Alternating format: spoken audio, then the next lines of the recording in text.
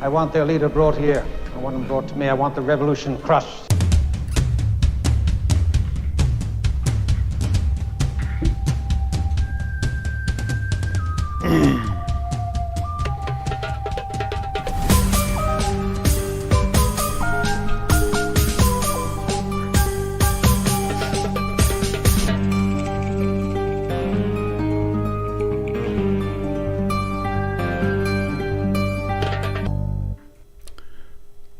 Assalamu alaikum and welcome to Mad Mamluks. My name is Sim. Along with me is my trusty co-host, Sheikh Amir. Assalamu alaikum. And Mort is back in Hello. town.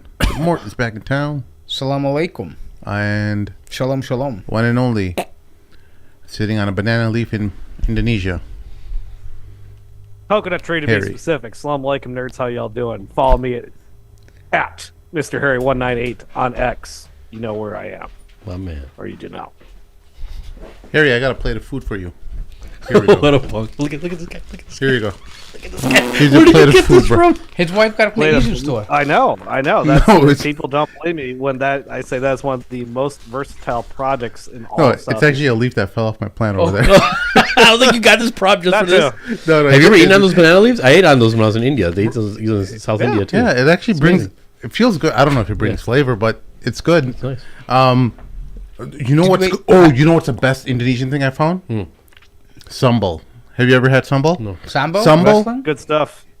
Harry, tell them what sambal is, man. Sambusa? Good stuff. It's good stuff if you like that kind of spicy food. It's very spicy. It's probably better than chili. I'm not a Not for me. huge spicy food guy, although I do like the Achinese style mi aceh, which is very spicy noodles. But is sambal, is it just a spice or is it a food dish? No, or no, what is no. it? Imagine, it's like Indonesian sriracha. Basically. imagine. You know when you go to the Arab restaurants, they give you that bread paste that Is it they like think is achar? spicy, but it's terrible. It's like acidic and like, oh. Yeah.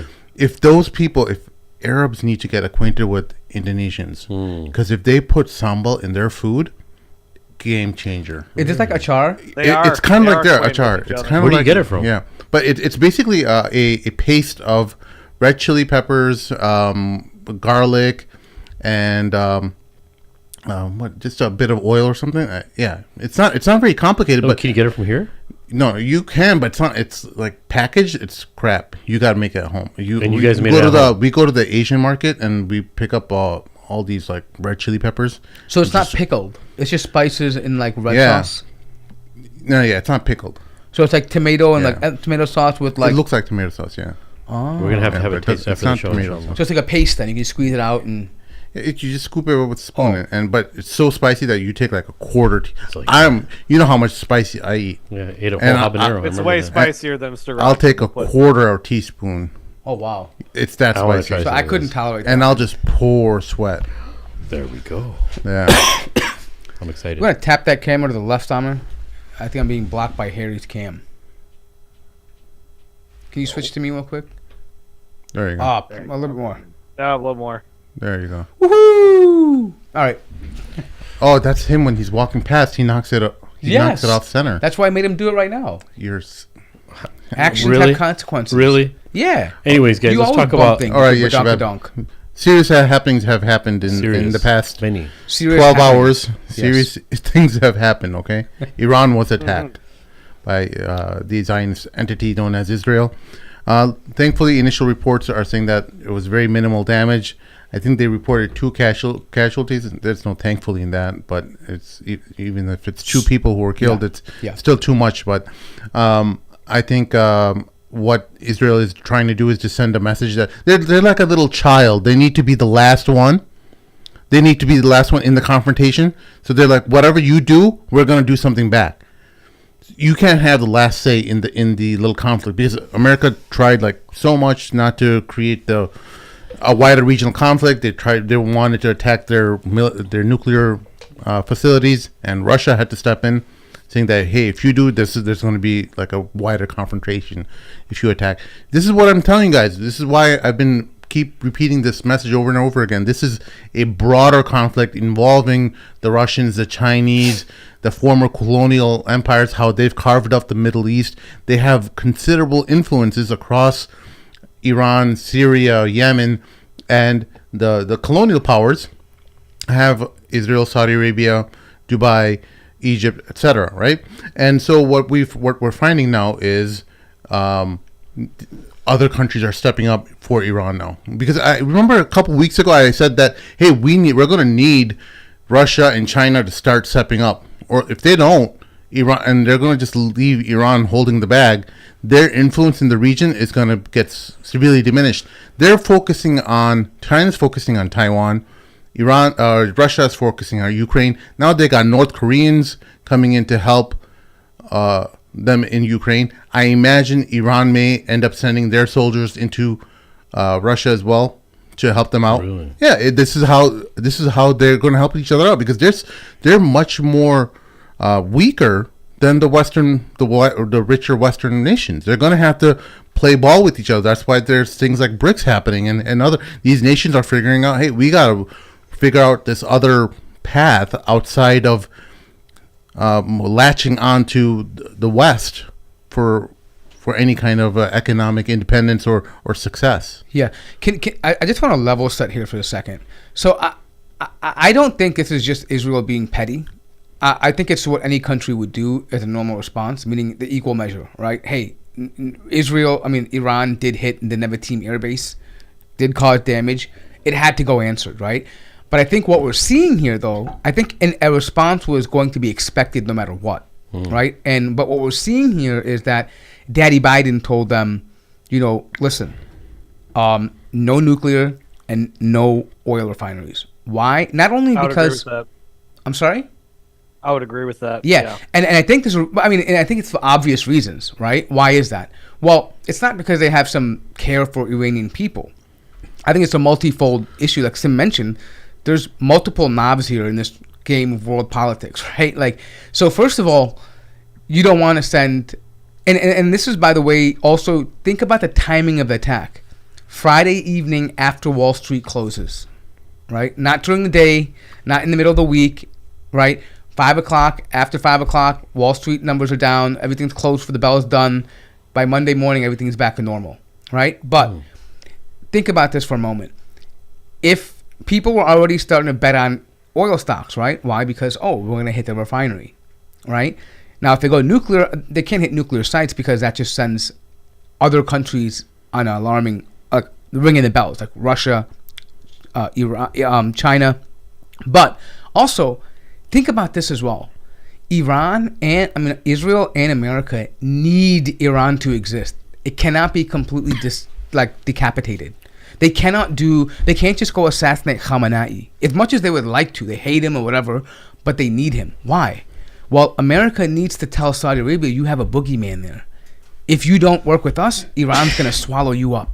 You need us. That's how dangerous they are. Israel needs Iran to exist so they can peddle for money.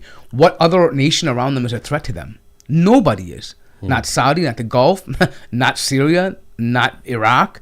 It's Iran, the boogeyman. Every time Netanyahu comes here for money, Iran, right? So it's this weird symbiotic relationship that they have with Iran being there. And Iran understands that. That's why Iran knows that how much it can, and these are not dumb people, by the way. These are not just stupid mullahs sitting there who are, they are very calculated. They understand what's happening. And this also means that if America turns the knob up in Iran, well, guess what? China signals another message saying, hey, you know what? Well, Taiwan's a go for us, right? Things like that happen that America has to consider. And they're not going to, they can't afford to ignore that for the sake of Israel. As much as they, and this is really complicated for America. Why? Because Israel, do you remember that statement that we had during 2008? The banks were too big to fail. Israel is a project that's too big to fail for America. It's too big to challenge and too big to fail. Meaning that if something were to go disastrously, completely wrong in the Middle East, right? That means decades and trillions of dollars would go down the drain if Israel is not there anymore. All that work, all the compromises, all the bad optics in front of their European allies, all of that would be for nothing. Those wars when Netanyahu came in and said Iraq would remove Saddam and you're going to have peace, all of that is going to come back and bite them in the butt. They need Israel to exist, but they're having trouble controlling them. And this is a great example of them finally bringing down the hammer and saying, listen, You did what you want to do in Syria, in Lebanon, these places, fine. But this is that line because this is not your militia you're fighting. This is a nation that it has alliance with other nations, and now that's really stepping into a dangerous territory that you're not familiar with, right? So, anyways, that's what I personally feel when I saw the whole thing. Iran didn't have much damage. They were claiming they hit certain sites, but I mean, Iranian civilians were on TikTok and Twitter posting videos saying Tehran's pretty silent, like the western part of Tehran, where it was like really on the outskirts. A small military area or something. Even but then, it proves the point that they can do precision striking easily if they really want. Yeah, but to. Everybody knew that but from the beginning. I mean, that wasn't something that. See, people don't have doubts about Israel's capabilities, right? People have doubts when Iran does something. That's more meaningful because people have doubts as to what they can carry out. What we're testing out here is what we're testing here is that can Iran's Iron Dome and David Sling and Arrow handle an overwhelming barrage of attacks? And we've seen lately that it cannot, right? It can be overwhelmed. Absolutely not. And Iran technically did handle numerous air missile defense systems went off. And actually what they were saying is majority of the explosions heard around Tehran were the anti-aircraft. Like they were actually deploying off. And so Iran has demonstrated that its air defenses are pretty good. The equipment they have from the Russians are pretty damn good, and I believe that actually Israel entered Syrian airspace and probably launched majority of their attack from their F-16s over Syrian airspace and not in Iranian airspace. But anyways, Harry, I'll let you comment on what these are just my views. Yeah, I would agree with a lot of what you just said. I would further add as a mirror image to that Iran is the boogeyman. 5,000-pound gorilla boogeyman in the room for the other Muslim nations surrounding them. Israel itself has been a boogeyman that the U.S. has used. Israel has been basically our attack dog. It's only recently in the last 10 years as Bibi Netanyahu and AIPAC have gotten deeper and deeper into our Congress that we really see this other thing going on where instead of us being able to tell the Israelis what to do, they're now telling us what to do. So it looks like, and I'll give hats off to Biden, credit where credit is due, although it's not nearly enough.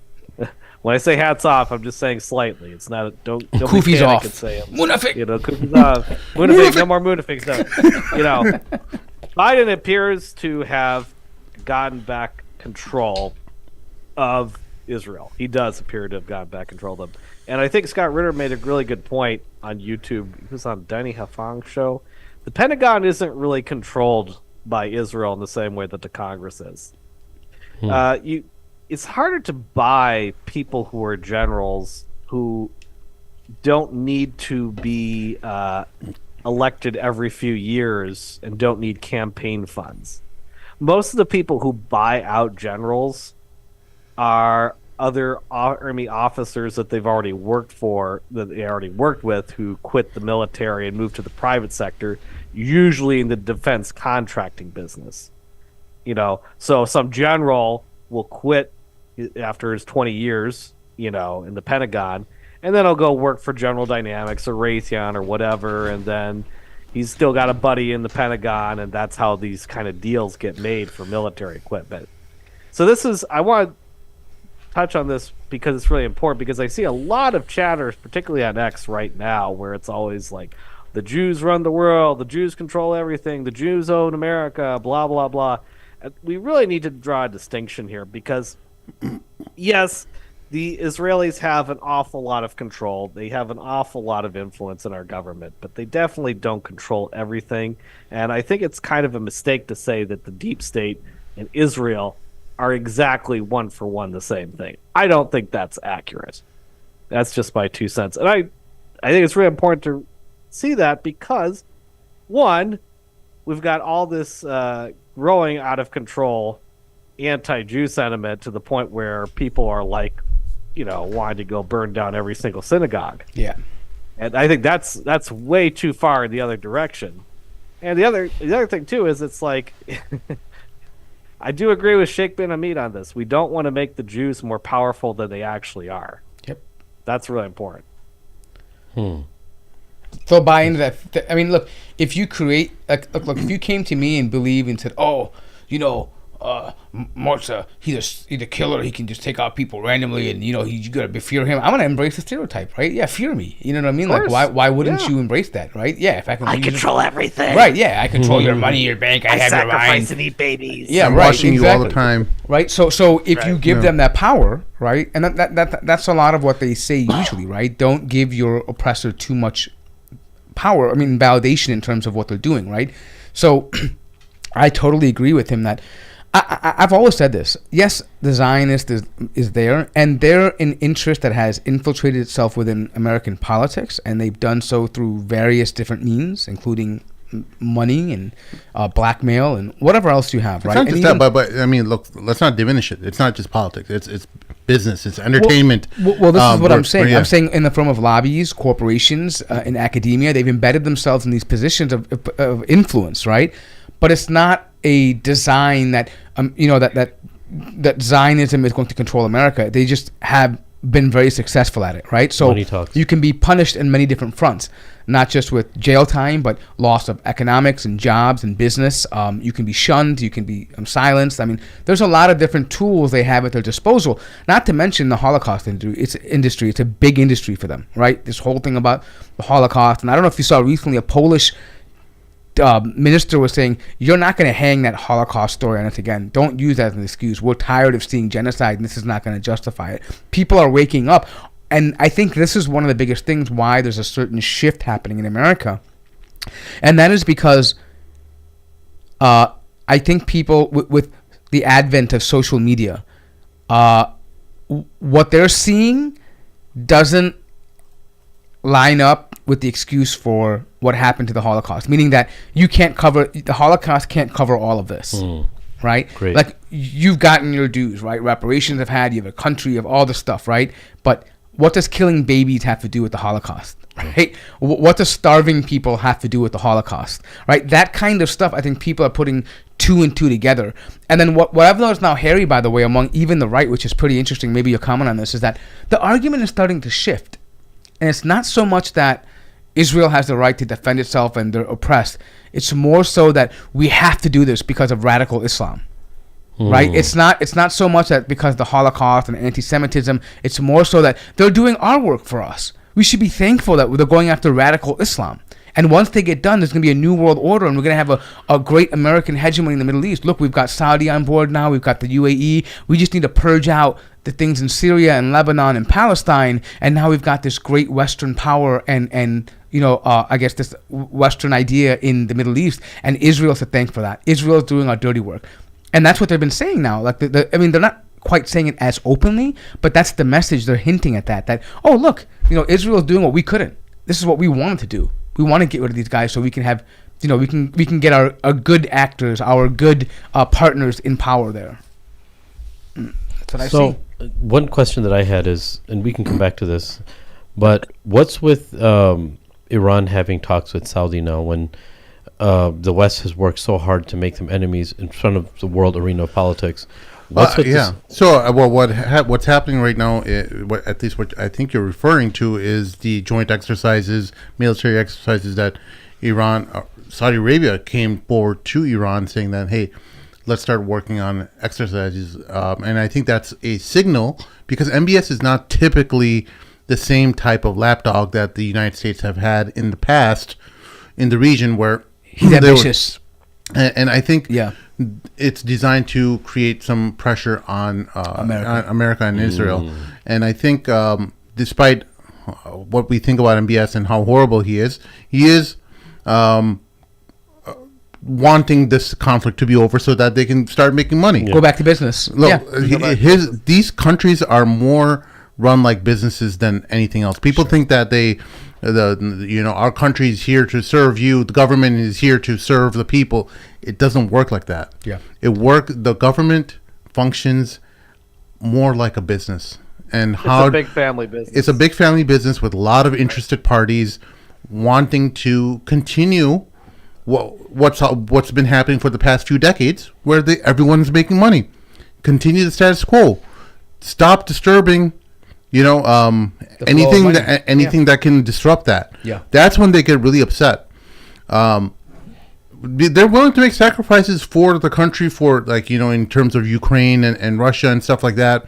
Like all the corporations all across the United States fell in line when the United States gave the directive that we're pulling out businesses and stuff like that from Russia. They didn't ask anything. They didn't want, you know, they knew that this is part of the greater objective. The cost of doing business. Yeah. The cost of doing the business, but also it's to increase American hegemony. Correct. Throughout the planet.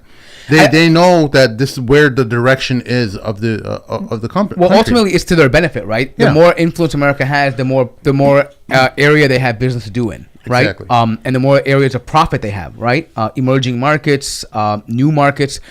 But I think one thing they make here mention here is that we have to be it's important to note that we have to be mindful that this is not a change in MBS's thought, right? There's no change of heart, meaning that, the Palestinian people or, you know... Great observation, yes. This is not what that's about. And this is not the first time... And by the way, I should note also here that this is not with Iran and Saudi Arabia acting alone. China initially, a couple years ago, had brokered that first meeting between Iran and Saudi Arabia. To me, what this is symbolizing is that... So I think we have to be very honest here too, right? The Saudi and the Gulf would undoubtedly prefer to be in bed with America over China or Russia any day. America is the preferred partner, right? There's numerous benefits of that. Loans, IMF, open, I mean, everything, right? But it's also you're fighting with a lot of other emerging countries for America's attention. Daddy, look at me. Daddy, look at me, right? So this is a way that Saudi Arabia can act out and say, well, Daddy, if you're not looking at me, I'm going to go talk to, you know, Peter down the street who's willing to show be a daddy for me, right? And that's China, right? And so saying, hey, look, if you don't give me attention, I'm going to go talk to Daddy China over there. Stepdaddy China, he's willing to step in, right? And they say, but they don't really want to go to China. But they're saying, hey, we want to be taken serious. You're giving Israel too much attention. You're giving them a seat. They're getting everything they want, right? We're like this middle child that gets nothing, right? And so now either you give us something or we're going to start floating the idea of selling oil in the yuan, attending BRICS. That's part of it. Right? That's definitely part of it. And I think that they're trying to... I also think that there's a part of an ambition of MBS as well, too, that he realizes that American hegemony, the way it is right now, is not going to last in the Middle East. Things have changed. This is not the 1960s, 70s, and 80s. As other currencies become strong, as they become more embedded in world economies, America's influence naturally is going to diminish in that region.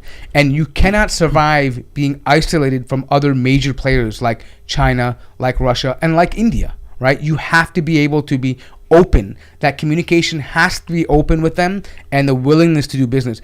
Ultimately, at the end of the day, no country has loyalty to another country. Yeah. Here's an important idea. Throughout the past 50, 60 years or whatever, political analysts usually described a country and its government as a puppet or an agent, some kind of lapdog of another country and of a greater power. There are still elements of that very much in place, but things have become much more complex in a world where there's a lot of business happening, a lot of commerce, a lot of trade, a lot of agreements happening.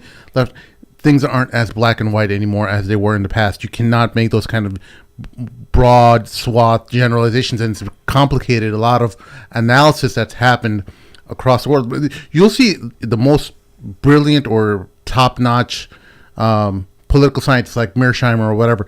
They'll tell you, like, we don't know. There's a lot we don't know. Yeah. There's just not enough information out there, or there's just too many entanglements. Too many X factors. Too many entanglements where you can't really figure out. It's becoming like a spaghetti of different. And also it's because everything is so much in the public view now. So the other factor when you're considering talking about these businesses like they're a public business is that businesses, unlike governments, have a much stronger need and incentive to respond to the needs of the people. So even though MBS is running, I won't say a police state, we'll say Saudi Arabia is more authoritarian than the United States. We'll put it that way. Monarchy. MBS still has to listen to his street. He still has to take into consideration the people who give him his support to give him legitimacy to lead and continue the family business, right? So when you couple that with the United States, it's not just that the Arab street is upset. It's that, Mort alluded to this earlier, the thing with people on the right here in the United States has broken ground. And I remember talking about this with people 2 or 3 years ago, and I said, I don't think young people in the conservative movement are going to support Israel as much as you want them to. And older people at the time did not want to hear that. And partially it's because they weren't ready to hear that, and even if they agreed, they knew that they wouldn't get much traction with the older generation. But because of social media, because of the fact that all this information is out there all the time, now we're seeing the other side of it, which is that governments are more accountable, regardless of what kind of structure they are, regardless of their democracy, monarchy, this, that, or the other. They're more accountable to their people in that sense than they were before. They So can't ignore it. People have more information and they can put more pressure on them using social media. So are you saying that basically that, I mean, I think I'm understanding this. So at some degree, leaders of countries have to have some type of civilian approval, right? Approval ratings matter, right? And, Absolutely. And I think to that point, he's right, that a leader has to, in order to avoid, especially in very volatile areas like the Middle East, leaders have to be very mindful of the public opinion, whether they be hidden or even if they try to shut it down, they're mindful of it. Why? Because they have to be, yeah. Those are the bases for revolutions, Yeah. for And regime change. I'll tell you something really, really interesting, just on an observation. I watched that podcast with Joe Rogan and Donald Trump. It wasn't really very fruitful. It was more comedic than anything else. But one thing that Donald Trump did really well is that he made it seem like... You want me to play a clip of it? Just 1 second. He made it seem like he came there on his own and no one else prepared him, and he's coming there because he means good. And that's what people... I heard Muslims saying, oh, look at, man, we saw a real side of him. This guy... But in reality... No, that's how naive we are. But in reality, he put on a show, and he makes it seem like, well, I'm on Joe Rogan. He knows what he's doing going on Joe Rogan's podcast. Yeah. He knows exactly what strategic move that is. And he's talking about MMA. He's talking about how much he loves MMA. He talked about Bo Nickel. He's talking about these MMA fighters. So But he is an MMA guy, though. he's an MMA guy. But but look, he's making himself very humanized. He's a human. Oh, But yeah. he's making it seem like he came out there from the goodness of his heart and he doesn't want anything else. And he's only there just because he's an open book. Oh, Yeah. yeah. But it's, in reality, he had advisors of when to go and when to do all that kind of stuff. And I think also he chose this time because Joe Rogan has 11 days left, a right? little bit more. No, but not only that. Traditionally, Joe Rogan did not want Yeah. Donald Trump on the show. Remember that? He said, I'm not going to have him on. Yeah. But I think Joe Rogan has become a little more palatable to Donald Trump and definitely find him interesting. And I think that was the window of opportunity. He said, well, hey, if he wants me... I think Trump wanted to be on the Rogan for a long time. So people were also saying that, Joe Rogan made a political decision or a choice for candidate that he wants to endorse. I think he endorsed RFK, or that's at least they were saying that he clarified. Like he put out a tweet saying that I didn't support him. I didn't endorse him as a candidate. It's just someone I thought would be a good candidate. So he's become an increasingly influential figure in terms of endorsement because he's like the Oprah of guys, right? Of the regular American guy. And that's how he's shaping it. So it's an important platform for him to be on, to kind of give himself a way for men. It could be across demographics now, because he's so identifiable with most American men that him coming on that platform is a way for him to reach out to this huge audience, this huge demographic of just men, because it's across all kinds of different demographics.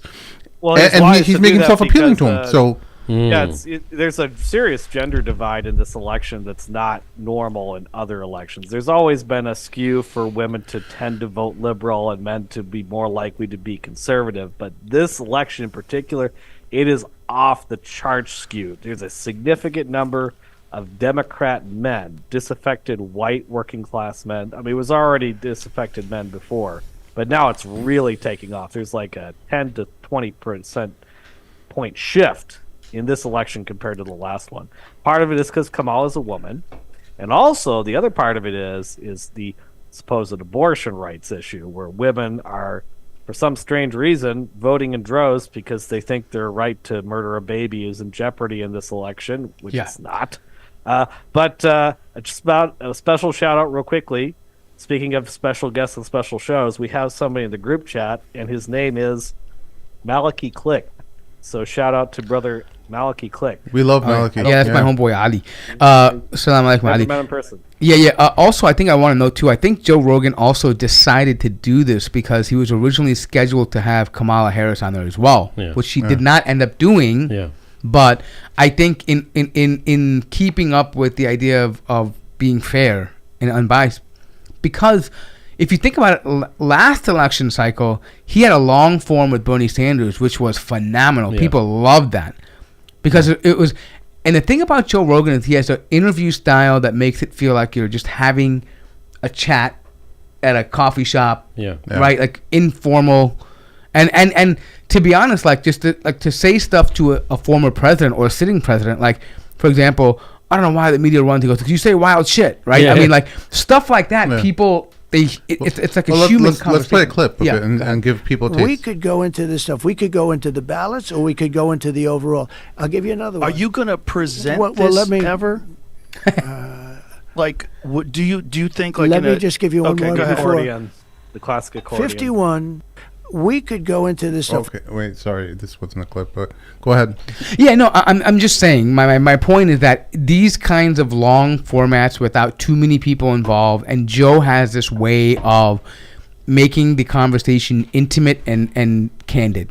Yeah, he challenged him too because he slipped. Donald Trump slipped. What he said was, he's like, "You don't want Kamala Harris on." He goes, "No, I do want her on." He's like, "No, you should probably end up falling." He said he was making fun of her. He's like, "No, I want to have an open conversation with her. If she wants to have a conversation, I just want to have a conversation. I'm not going to interview her." And Trump was kind of almost fighting it. And that's when he came out a little bit out of his shell, and he was slipping up. Oh, a little here we bit. go. Yeah, laying on the floor. She was supposed to do this show like this. Can you imagine Kamala doing this show? I could imagine her doing the show. She'd be laying on the floor. She was supposed to do it, and then she might still do it. And I hope she does. She's not going to. I will talk to her like a human being. I would try to have a conversation with her. If she did this kind of an interview with you, I hope she does, because it would be a mess. She'd be laying on the floor comatose. You'd be saying, "Call in the medics." I think we'd have a fine conversation. I think I'd be able to talk to her. I wouldn't try to interview her. I'd just try to have a conversation with her and hopefully get to know her as a human being. That was my goal, having her on. Trying to get her to express herself just as a... I don't think these formats are good. I don't think that two people... First of all, I hate the idea of the presidential debates because I hate the idea of a time limitation on complex ideas. Also, you have to break... I think you have to have the debates, though. Right, but the way they do the debates, I think, is the wrong way to do it. I think they should have a conversation. I think you and Kamala, you sit across a table with no one in the room but the two of you. Of course...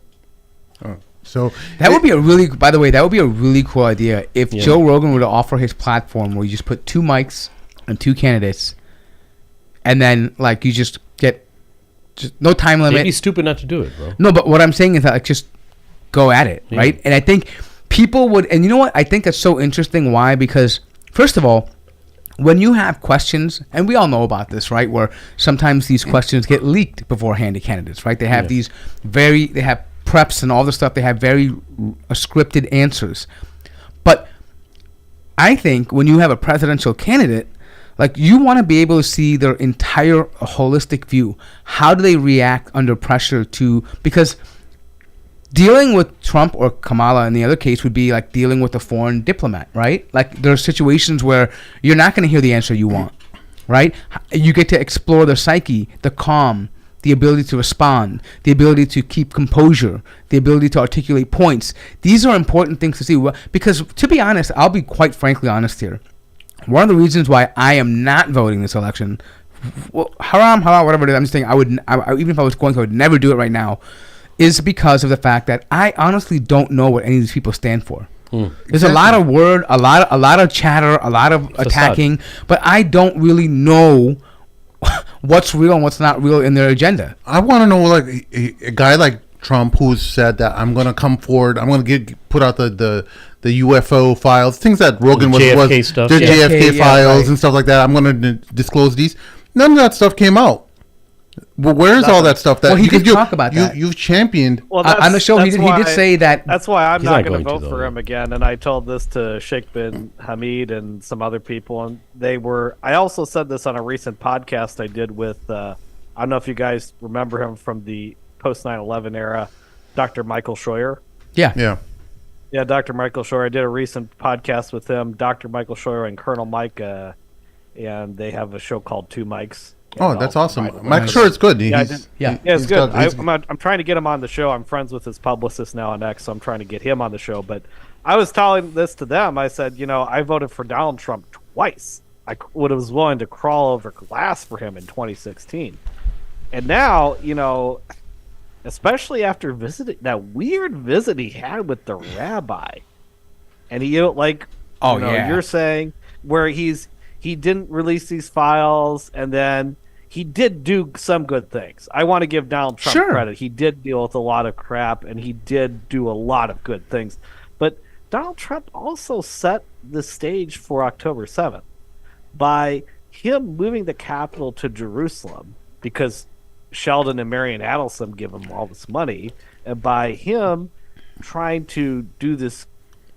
I don't know what the hell that map was with Jared Kushner's peace plan. It looked like you ever play that game Shoots and Ladders when you were a kid? That's what I thought when I saw that map. I was like, it's like Jared Kushner shooting and laddering across different parts of Palestine, like Swiss cheese. I was like, oh, this is weird. Yeah, this is not the game. No Palestine. Yeah. So he set the stage, and then that Abraham Accords.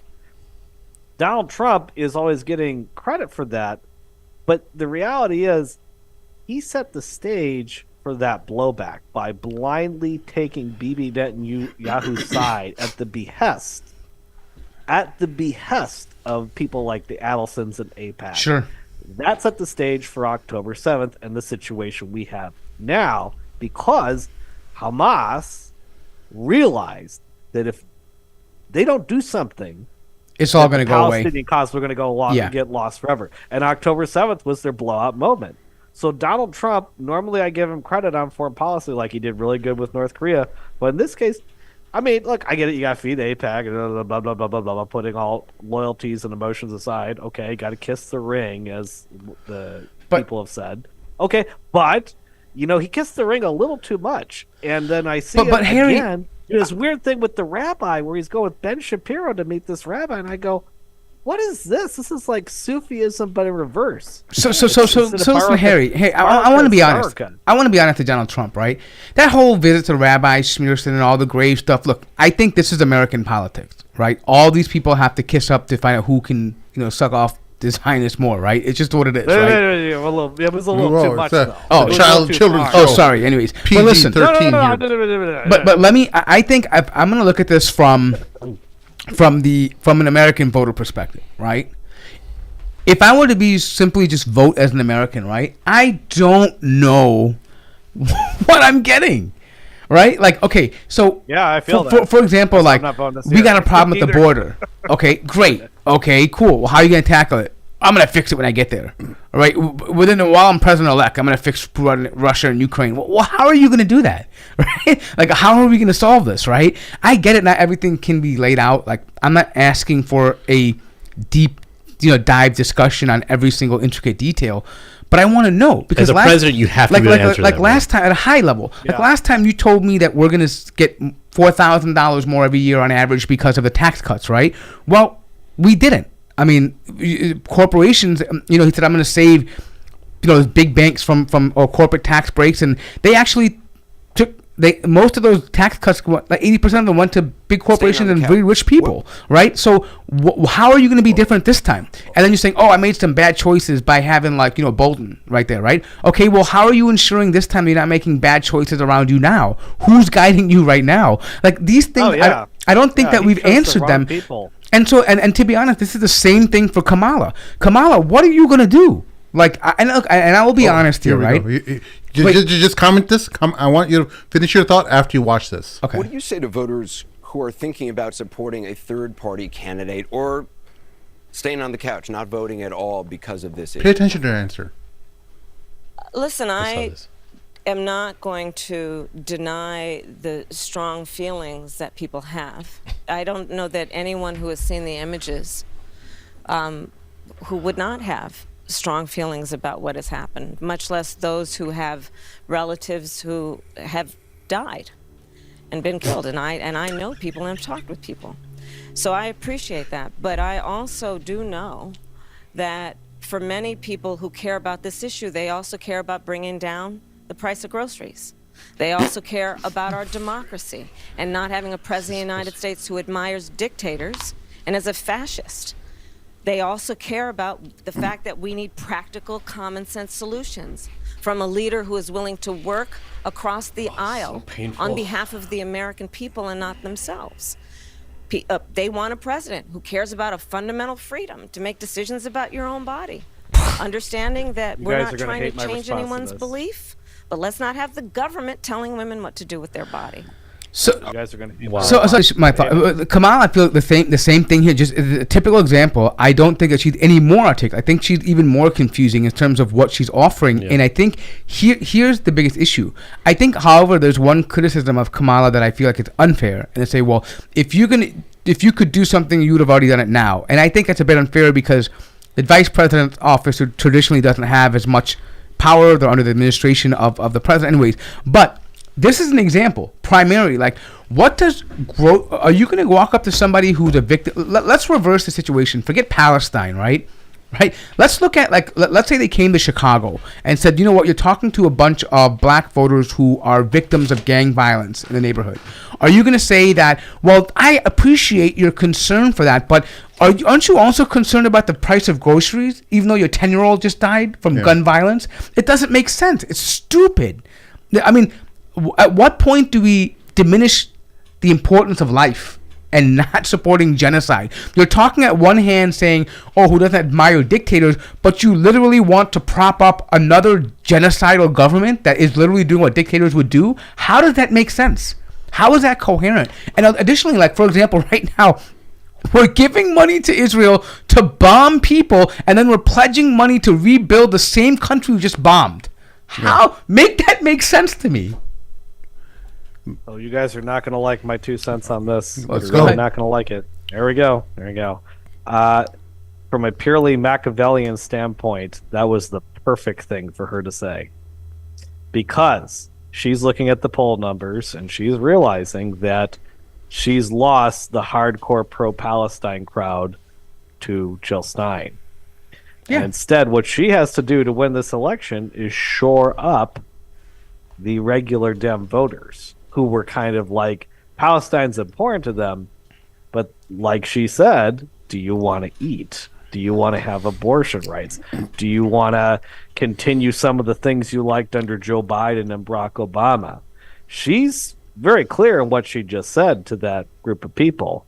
And so she, just like the Republicans, is abandoning the Palestinian, or the, we'll say, Muslim Arab in key states, and she's counting on the fact that she's just going to have to shore up her core support. Yeah. I think it was the right response. So Harry, in the Machiavellian sense. So purely here, what I Machiavellian. think she's actually doing is separating. I think she's trying to separate domestic and foreign policies. She's trying to say, listen, that's important, but also here in America, you got to eat, you got to have your rights, you got to have someone who doesn't want dictator. And I get that, but I'm saying, move past the Palestinian issue. This is about things like economy. Well, how are you jump-starting the economy? Well, I'm sure you'd want to have someone who doesn't want to, give tax cuts to this person and be cool with dictators. What does that mean to me? Like, how are you going to boost? I'll tell you How what are it you going to means to fight you. inflation? How are you going to do these things? I'll tell you what it means to you. As an average American, throughout the 90s, 2000s, post 9/11 era, wars raged on overseas, on our TVs, and largely away from the average American's life.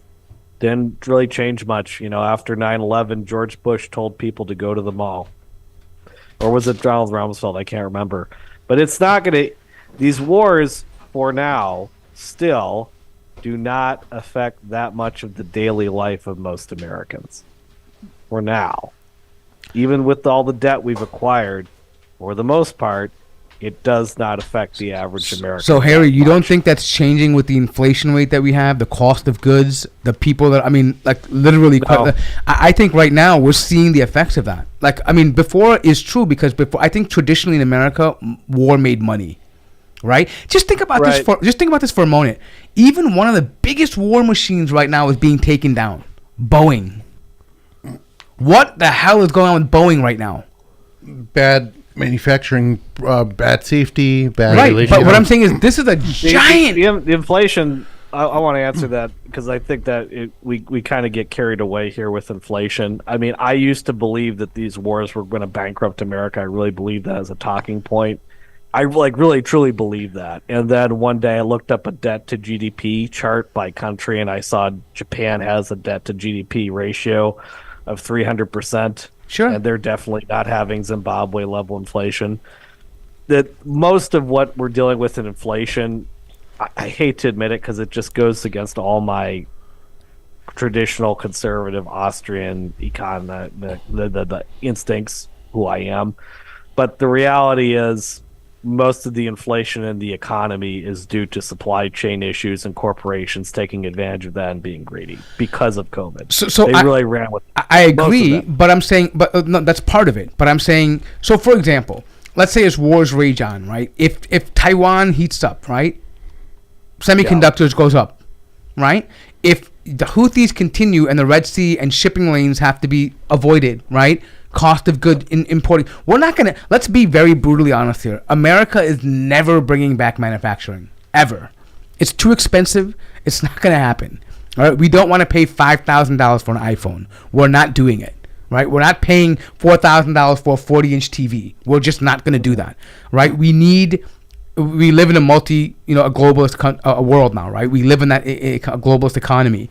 But as war, the impact of our decisions in war, it's not just the money that we spend.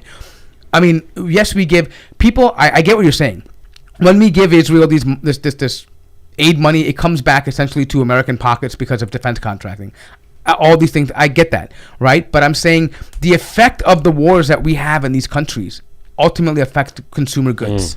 It ultimately does. And that's one of the reasons why we have inflation is because, well, look, man, the cost of bringing that good here is expensive. Here's what I don't understand. Americans, conservatives will tell you, listen, somewhat. We can't. Somewhat. Just one thing. Automation's pulling is starting to bring stuff back to the United States, and also we're changing our supply chains. We've already established oil independence from Saudi Arabia. We're now either the first or second largest producer. We're the largest exporter of. Yeah. No, Harry. One of the things related to manufacturing, though, is that for example, the country you're in, right? Indonesia is one of the largest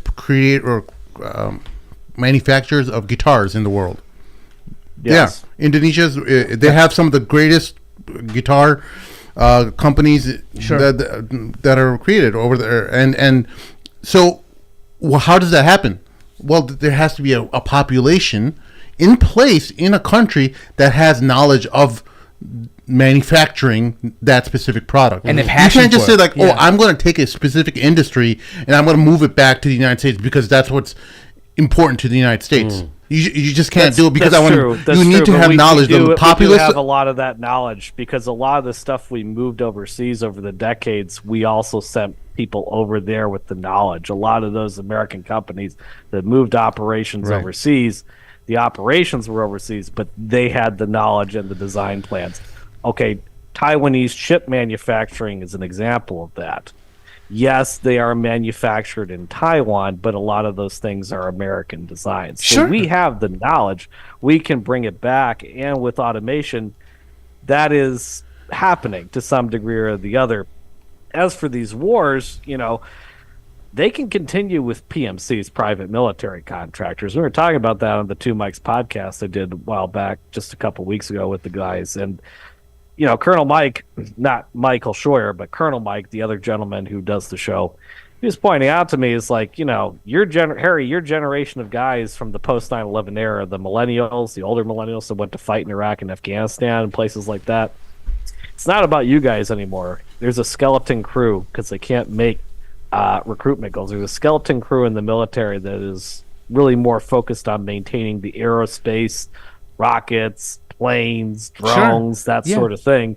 And it's all PMCs now, private military contractors. I get that, Harry. To be honest, a lot of the, especially people like, Eric Prince and people like that who are Blackwater, they actually argue that the American military shouldn't be boots on the ground, that they're just inefficient at it. It should be private contractors who go in there who are under different scopes of laws as well, too.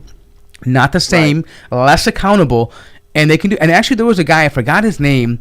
He was on one of the podcasts where he was talking about his experience. And he's like, listen, man. He's like, I couldn't make some kind of special training. So he went the private contractor route. He's like, and when he went in there, he's like, listen, they told us, we did the exam. He's like, most of you guys just bullshit us. We know that. But now your real training begins. He's like, within 4 weeks, I was out there. And he's like, this is entirely different than any military operation. You have he's like, we were just walking around in Iraq, just firing anytime we saw somebody, who was firing out of this is what he said. When the American military came by, people had no problem lobbing stuff at them because they had protocol. They had to radio back in and say, listen, can we shoot back? He's like, us private contractors, if anybody moved, whenever we'd move through a civilian area, no one moved an inch because you know why? Because they knew that we would hit back with immense force. Somebody movement in the building, we're just going to launch a grenade launcher at it and boom, it's done. Right? They had no accountability. And that's how, unfortunately, these people, they view this is how the job has to get done. These people value what Israel is doing. This is what I'm trying to say. The argument we're shifting is that they're saying Israel is doing what the Americans couldn't do and what we should be doing. Like, as if they're the private contractors. They just want brute force. Brute force. Yeah, go ahead. That's the main. I hate to interrupt you, but I'm not disagreeing with you. You're largely right. They have a different set of rules. But the point I'm saying in all this, the larger issue here is that the U.S. empire can carry on in a different format, despite the debt and despite the loss of our military prowess. Which is why, you think about the Roman Empire. The Roman Empire, it didn't collapse overnight. It collapsed in stages. So when people are talking about, oh, look, there's this thing with BRICS, so there's this, so there's that, oh, these new systems are coming online. Oh, we're leaving different parts of the world and giving up these bases over here, yada, yada. Well, the Roman Empire carried on in some form or another after the collapse of Rome, and it carried on in the Byzantine Empire. The Holy Roman Empire. Millennia. The Holy Roman Empire after that. First it was Byzantium, then the Holy Roman Empire, which was neither Holy Roman nor was it an empire, but the point is that these things continue on for a while. So Harry, I don't want to hang up on this point too much, but I think what you're talking about is the financial impact of having a military, and I agree with you that we can continue on in many different forms of our military, right, including private militias and contractors. But I think insulated from the populace, right? But what I'm saying though is that the effects of our foreign policy in that region definitely affect our economy. It's not about just, sure, war makes money, but I'm saying even the effects of the war, before it was very profitable to go get oil from them, right? It was very profitable to go get some more minerals and resources. But at this moment in time, that is the cost of getting that, like paying out, and the return on it is not the same as it was 20, 30, 40 years ago. And I don't think it's that it doesn't affect us. I think it's that it doesn't affect us as much. It's not that it affects us as much as we would like to think it affects us. It's that when there's so many other problems, it's upsetting for Americans to see their tax dollars getting spent on something stupid. The Middle East conflicts aren't necessarily making the lives of Americans worse, but when there's other issues that aren't getting addressed within America, we're not spending ourselves, that money's getting wasted on somebody's project overseas. It would be nicer to have that money back. Don't you think it's related? Like, for example, like, okay, let's look at the hurricane that happened, right? No, I think we're more insulated than we're pretty well insulated. But let's talk about that, right? So you're right. I think the main anger is around where the money's being spent, right? There's no shortage of money technically the way we talk about it, right? But it's where it's being spent. So let's look at the recent hurricane, right? People are complaining that, oh, we only got this amount of money and we just gave billions to Israel. It's not so much that the war, because of the war, they don't have the money, but it's where they're spending it. But I'm saying America has to spend in that war. Why? Because it needs to continue its foreign policy. It needs to continue its experiment, its project. If it doesn't, it risks far more than the lives of Americans. It's more invested in American control outside of its border than to American people inside its border. And that's a direct reflection of our foreign policy. It does affect us. There's no doubt about it. I can't see it any different way. It affects us in terms of the wrong allocation of resources that should be spent better at home. But it doesn't. What I'm saying is, it doesn't affect us in terms of manufacturing. It doesn't affect us in terms of oil. We're largely insulated from all that stuff now. So, we could pull our troops out and just be Fortress America, and I think we'd be just fine. We could reallocate that money back to American projects and fund balancing our budget, or not. The peace dividend, yes or no. I don't think it would change very much. The debt, as much as I hate to admit it, that's not the issue for now. As much as I hate the idea of debt, because I do, eventually we will pay for it one way or the other. I agree with you to a certain degree, because that's why I'm saying we're insulated from the problem. Well, I agree to a certain. We can go for a lot longer. I agree to a certain degree, because I think the way I look at the debt is like this. All right, ultimately, what is it? Right, countries own some of our debt, right, and they say, well, you've got to pay us back, right? That's really what it is. IOUs, right? Okay. Well, who's going to make America pay up the money? If no one can make us pay up the money, we're good. Right? Is China going to come knock on the door for the money? They can try. Is Japan and Saudi going to do that? They can try. But I think that's one of the reasons why we invest so heavily in our military-industrial complex, our military. Almost $1 trillion we put in there. Why? Because who's going to mess with America? So from that perspective, I agree with Harry that we're okay. That although we can keep mounting up this debt, we can just keep collecting money. No one's really going to collect from us. Right? We're just that guy that's not going to, you don't want to mess with. Right? But ultimately... Ultimately, he's right, though, right? It comes back when America begins to lose its interest and its control in certain regions, and that's why things like BRICS and these alliances what China is doing with these other countries is super alarming for America, because they no longer have, if they lose that importance, that dominance, then that means that is a domino effect of other things. Well, who's coming from money now? I used to think that too, but because most of our, then I looked into it some more, most of our debt is owned by domestic investors, and increasingly the bond market for U.S. debt, we're not finding foreign buyers. So between the Federal Reserve and more domestic buyers over the last few years, that's a trend that's going to continue to accelerate. That's part of the reason why the Japanese can get away with 300% debt to GDP. Japanese debt is issued in yen, just like our debt is issued in USD. So, their Japanese debt, the Japan's debt, not only is it issued in yen, it's also mostly domestic debt investors that own. So Harry, don't you think that domestic investment coming because the bond returns are not as promising as they once were? That's the whole reason. That at one point it was a very profitable thing to invest in. As those those signals flash, they decided that it's not the most secure thing they're going to invest in anymore. And I think that's one. The bond yields have actually gone up for foreign investors. It's just that it's not just for that, but part of the reason that foreign countries and foreign investors aren't as interested is because they're afraid of sanctions. But again, that doesn't matter, because most of our debt was already domestic investors anyway. And now it's just that trend is accelerated. It's going to continue that way for the next decade or so. No, we can keep this going for a lot longer. Yeah, I wish it wasn't. I actually wish it wasn't true. I wish we could crash this party sooner.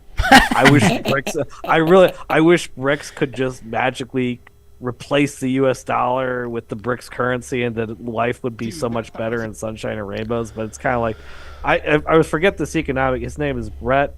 I can't remember. It's Brett something. He has this idea on YouTube. You can look it up, called the dollar milkshake theory. And he's a really brilliant dude. And he used to think kind of like the Peter Schiffs of the world, that our wars and our debt, but it's kind of a morality play. We want the good guys to win, the bad guys to lose. But as Brett points out with his dollar milkshake theory, it's kind of more like Game of Thrones than Lord of the Rings. Game of Thrones, Lord of the Rings has a trilogy. It goes on, and then it ends. Whereas Game of Thrones goes on for how many seasons? 10, 20 seasons? And when you think the bad guys are going to lose, they hold on. And then people acquiesce, and they're like, well, damn, bad guys are still in charge. So it can go on for a long time. Here's a clip of Maduro, Harry, at BRICS. Cada vez que cae un misil de alta precisión sobre un edificio de apartamentos. Every time a precision missile falls on an apartment building in Gaza and kills men and women. Every time a missile falls on Beirut, on the south of Lebanon. Those missiles set fire and destruction to the United Nations system. Where is the International Court of Justice, or was it just created to persecute the countries of the South? Where is the system of justice in the United Nations, only to put out documents and statements? Are the lives of children of Palestine are not worth anything? Let us raise our voices and look for a practical and bold plan for the refounding of the United Nations system.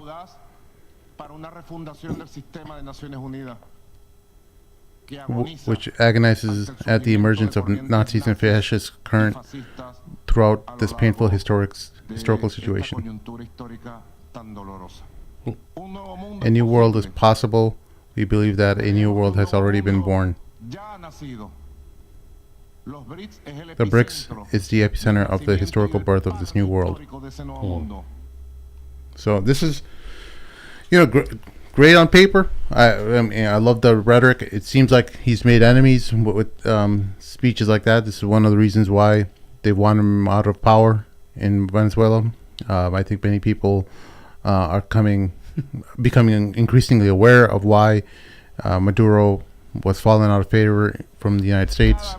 I don't know why, but when I hear something like that, you just want to say, "Sí, comandante, viva la revolución, hasta la muerte." No, it does have a little underpinning of that. But maybe I'm reading too much into this because I don't know. I didn't watch this whole thing. Why are they only showing Putin while Maduro is talking? Because it's BRICS. It's BRICS, buddy. Yeah, because he's the head of everything, right? No, it's in Russia right now, bro. He's the big power player. Oh, it's taking place in Russia right now. Yeah. Oh, okay, I didn't know that. Yeah. Oh, sorry. Yeah. So, by the way, I did like the idea they have a huge round table. It's kind of cool, right? Like versus the United Nations thing, the G8. This Everyone is pretty faces cool. each other. It's like a big better. Chinese dinner, right? Everyone sits down and the little thing I imagine they have a little thing in the middle of the thing where they turn. Revolves. The revolves. Dr. Evil table. It's a Dr. Evil table slash sushi bar. Yeah. So what else do we have to talk about? Go ahead, Harry. I think that BRICS is definitely a force to be reckoned with, and it's going to be even more of a force to reckon with in the years to come. I think just as we've largely insulated ourselves in the post-globalization order that Peter Zeihan is talking about, I think BRICS is also to some degree going to largely insulate themselves from our sanctions and whatnot. And we're going to keep withdrawing from the world as we have been over the last 2-3 administrations. Mm-hmm. But just as we're insulated, they're going to be insulated too. And the coming multipolar world order is going to have a lot of ongoing, constant, low-level flashpoints like this. Yeah, I mean, it's going to insulate them from sanctions and from IMF, from being detached from the IMF. I mean, it's going to allow countries like Pakistan to do other things and get loans from people that, without the same conditions that Western powers put on them, right? And that will change the dynamics of what's going on. So I think Sim has a new story here to talk about how Microsoft fires. Yeah. Go ahead. No, go ahead. Fires employees who organized a vigil for Palestine or Palestinians who were killed in Gaza. They fired two of their employees. Microsoft has fired two employees who organized an unauthorized vigil at the company's headquarters for Palestinians killed in Gaza during Israel's war with Hamas.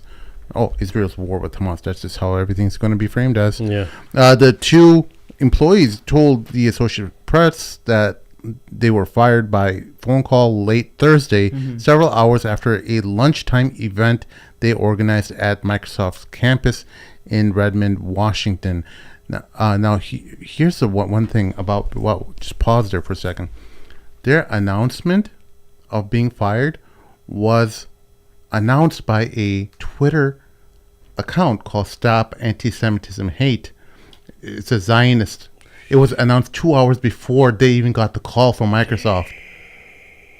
So wait, so do you think that that's a person who works at Microsoft, or they actually had a back channel to Microsoft They had a reporting back that? channel, or at least at the minimum, they had a back channel to Microsoft. And talked about it and said you got to get rid of these people. Yeah.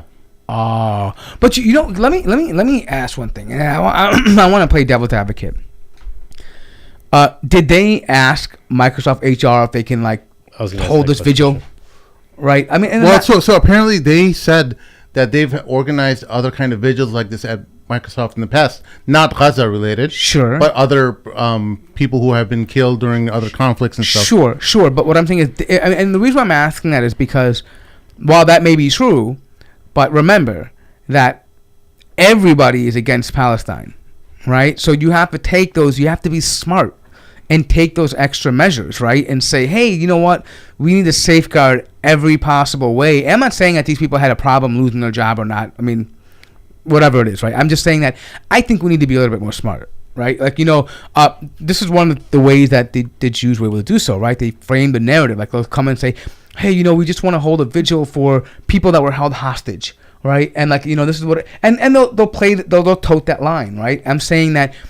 Maybe, but they're doing it for Palestinians who were killed. They're not doing it for Hamas or anything. They're not talking about any. They're just talking about the civilians who were killed. The fact that they got fired for that means that they treat this much more differently. But I'm just saying, but toting the line, there's a dilemma with toting the line.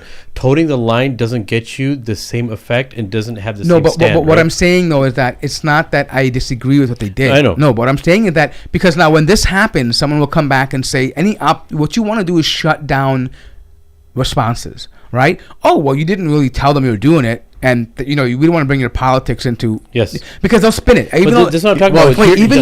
Even though it's not right, we know the different standard. Yeah. But I'm saying you need to be able to shut down that rhetoric. You say, hey, we cleared it. They said it was okay. For some people, more showing the different standard is all that counts. Amir, no, it's not, because they're gonna. Understand, Amir.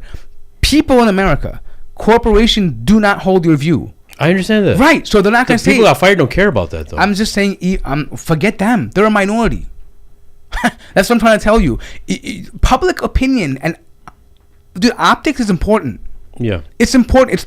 This is how Palestine became a forefront issue right now. The optics. Yeah. No, I understand. Right? So what I'm saying is that in order to present a great view of the situation, you have to say, look, our ducks were in order. And despite all of that, this is what happens. That makes the case so much more strong against Microsoft that you can say, oh, man, this is a shitty company. No, so this is what I'm trying to say. I understand 100% what you're saying. Dark side of the I'm sorry, Sheikh Amr, I didn't make a joke. No, it's okay. Well, all I'm saying is this. Look, if they had a vigil for Israelis or the hostages or the IDF soldiers that died, this wouldn't be an issue at all. It'd be a complete non-issue. And I agree with you. The first thing that came to me is, did they go through HR and that? But when you actually think about it, if it's for Israel, you don't have to go through HR because the people who got fired, they're actually proving a point. Because if I was them and I knew that I was going to get in trouble, this is how I would do it. Because I know that if I toted the line, what HR would say to me is, it's a really hot thing right now. We can't do it. And then if they did it anyway, they'd get in trouble. And if they did it this way, they know they're getting in trouble. So they're showing the double standard. I'm not saying that there's not a better way to do it. So, Amr, they don't have proof of that. That's what I'm trying to say. Because look, I understand what you're saying. You're talking about on a proof level. In principle, you're right. We know it's apparent. Yeah. There's a double standard. Yeah. We know that. I know. There's no hiding that. I know. I mean, the White House has double standards every day. People see and know that. It doesn't change. What I'm saying is that it's about what you can prove, right? If you know that you're like, for example, let's say that you're traveling in the airport, you're a Muslim guy. We know we shouldn't be stopped, right? We know it's not fair, right? But you want to make sure you take extra caution. Don't put anything stupid in your bags or whatever it is, right? You want to do the extra steps to say we did all of this, right? But don't you think they had to get fired to have its real effect? Don't you think that's a part of the plan? No. I'm saying, well, I don't think so. I think that's stupid to intentionally just go get fired. Look, I can go right now and go. But it's something they believe in. No, but I'm saying, listen, you can believe in things and do it I'm saying, do it the way that insulates you, right? I can, for example, protest Palestine right now. Do I have to go and start, jumping in front of naked in front of the police and go, oh, Palestine? No, it's dumb, right? You're gonna get caught, right? You have to do things. I'm saying, do things. I'm not saying I doubt their intention, their sincerity, and I'm not saying there's no double standard. standard. I know that, but I'm saying we're in a battle against people where we know this is the case. This is the battlefield, right? So you have to hold on, Amir. You have to be able to come back because you know this is going to happen. You have to then make your case even stronger and say, look, we went to HR, they approved it, and if they didn't approve it, you say, look, this is the double standard. We didn't even have to go to HR because we've had vigils in the past, but we went out of consideration because we know those double standards. Even despite us trying to get approval, they said this topic is hot and this is what happened, and then they can choose to go do the vigil or not, whatever it is, but at least they have a paper trail, they have an effort. Otherwise what happens is they see them as a fringe group of people who use company time to do something. They're going to say, oh, someone started something for Hamas at the vigil, this is not the real story, they're actually a guy who donates to Hamas. I mean, all that's kinds of stuff. stuff. That's I'm agreeing with 100% of everything you're saying. Look, I think we're almost saying the same thing. What I'm saying is with these people, number one, the people that support them are in huge droves compared to how it was 10 years ago. The people who are behind these people who are against the Zionist entity and who are for the Palestinians, these people became heroes to them, and they're going to bring so much exposure to this. For them, I understand there's a better way. There's a more pragmatic way of doing it. I'm saying in the corporate world, but these guys, I respect them. No. I'll tell you why I respect them is because the following these people are going to have, they're going to become heroes. Not that they intended to be heroes. You're talking about your feelings, and I'm not talking about that. I respect them. I admire them. I'm not talking about that. I'm saying in the world, look, why do they choose to do it at Microsoft? They're trying to make an impact and a dent in a corporate world, at a corporate level.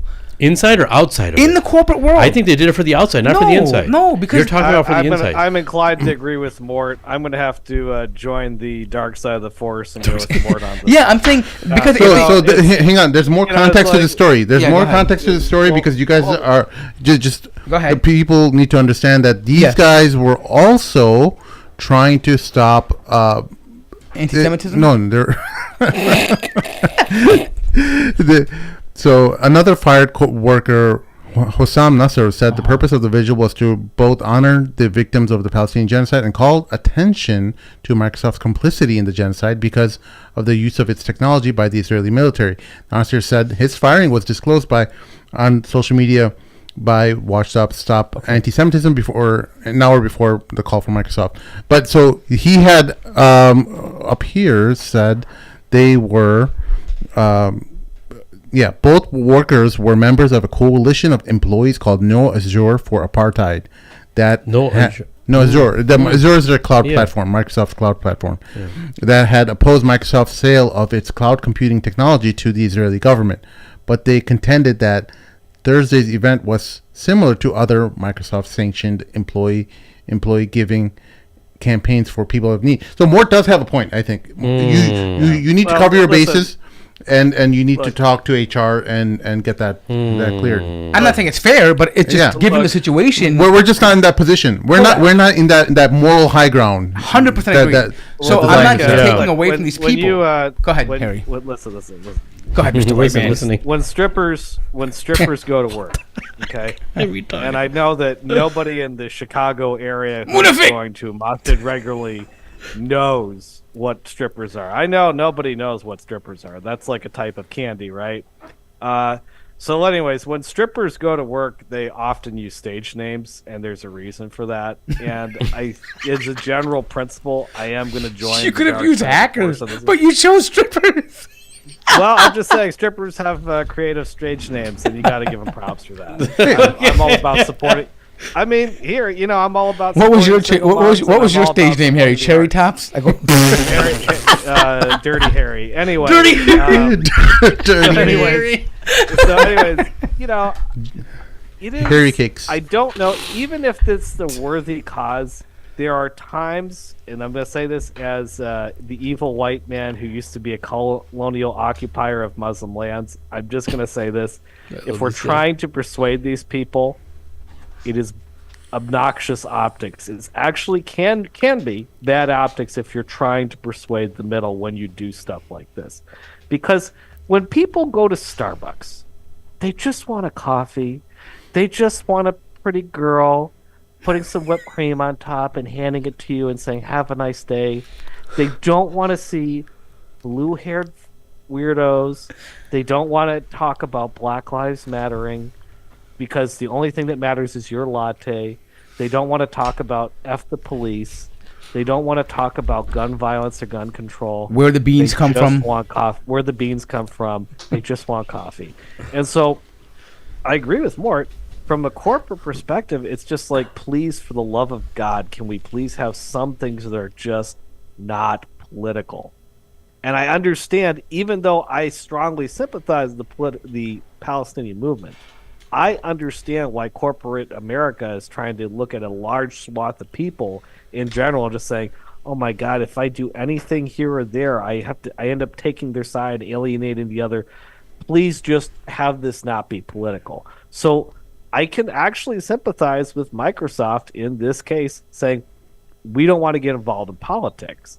So I think activists need to be sensitive to that there is a segment of the population that we have to win over who have this ingrained idea in that it's just their nature, that they want some things to be political and they want some things to just be about that other thing, anything other than politics. Just like when I go to see Candy Spice 97 at the strip club next to the Chicago O'Hare Airport, okay?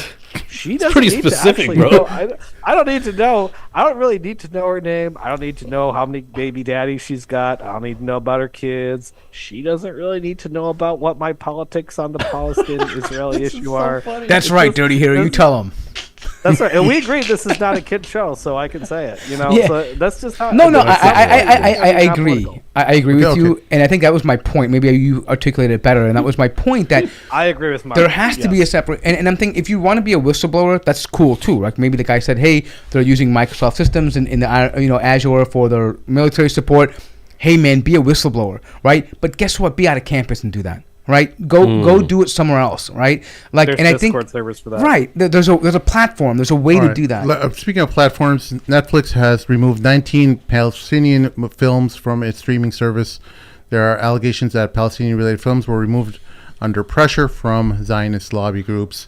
Now, that is further creating a new round. Do we have a list calls of those movies or whatever it was? No, I don't have a list. No, of I them, mean, but- did they put them out there or in the tweet? No? Okay. I'm just curious. I'm wondering if I saw any of them or I don't know. I'm sure Tentura. I saw Tentura was on Amazon. I saw Tentura on Amazon. Yeah, I heard it's really good. Oh, that is a really... But is that Palestinian made or Israeli made? I think that's Israeli. it's made. Israeli I think made. Israeli activists Yes. made that. Yes, it wasn't Palestinian. And that's what's shocking about it, because it was Israeli made, and I think it was a coalition of ex-IDF soldiers who made that documentary.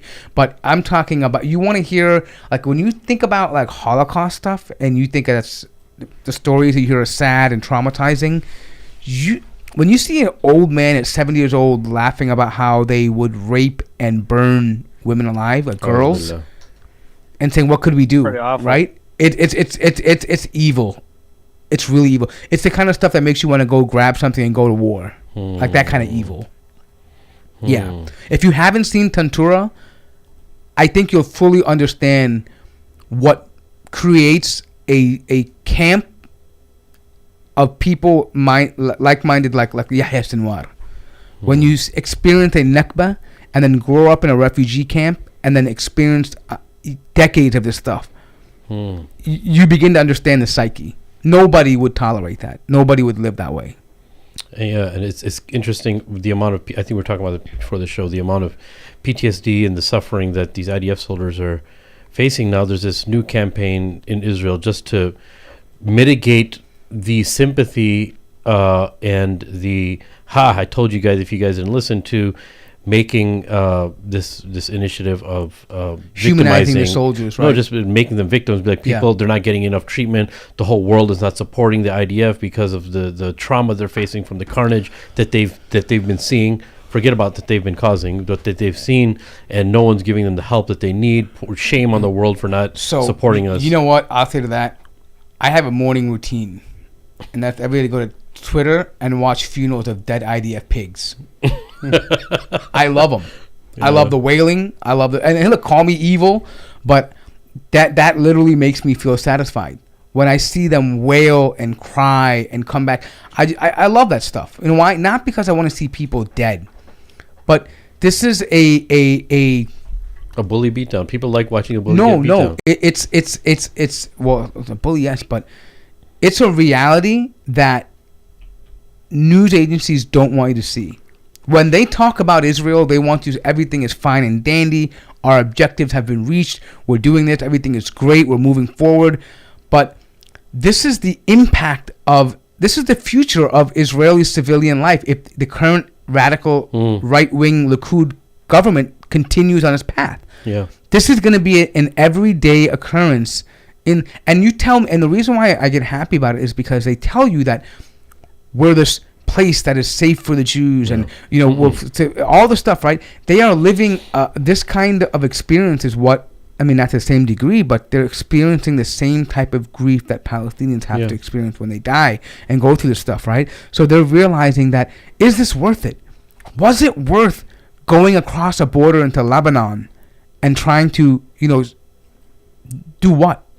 Right? Like Abby Martin says, CNN says Israeli troops endured psychological trauma for running over the bodies of hundreds of Palestinians. No. They literally were, they're feeling suicidal. They want Americans to feel sympathy for Israeli soldiers who are feeling trauma for running over the bodies of Palestinians, dead and alive, over with bulldozers.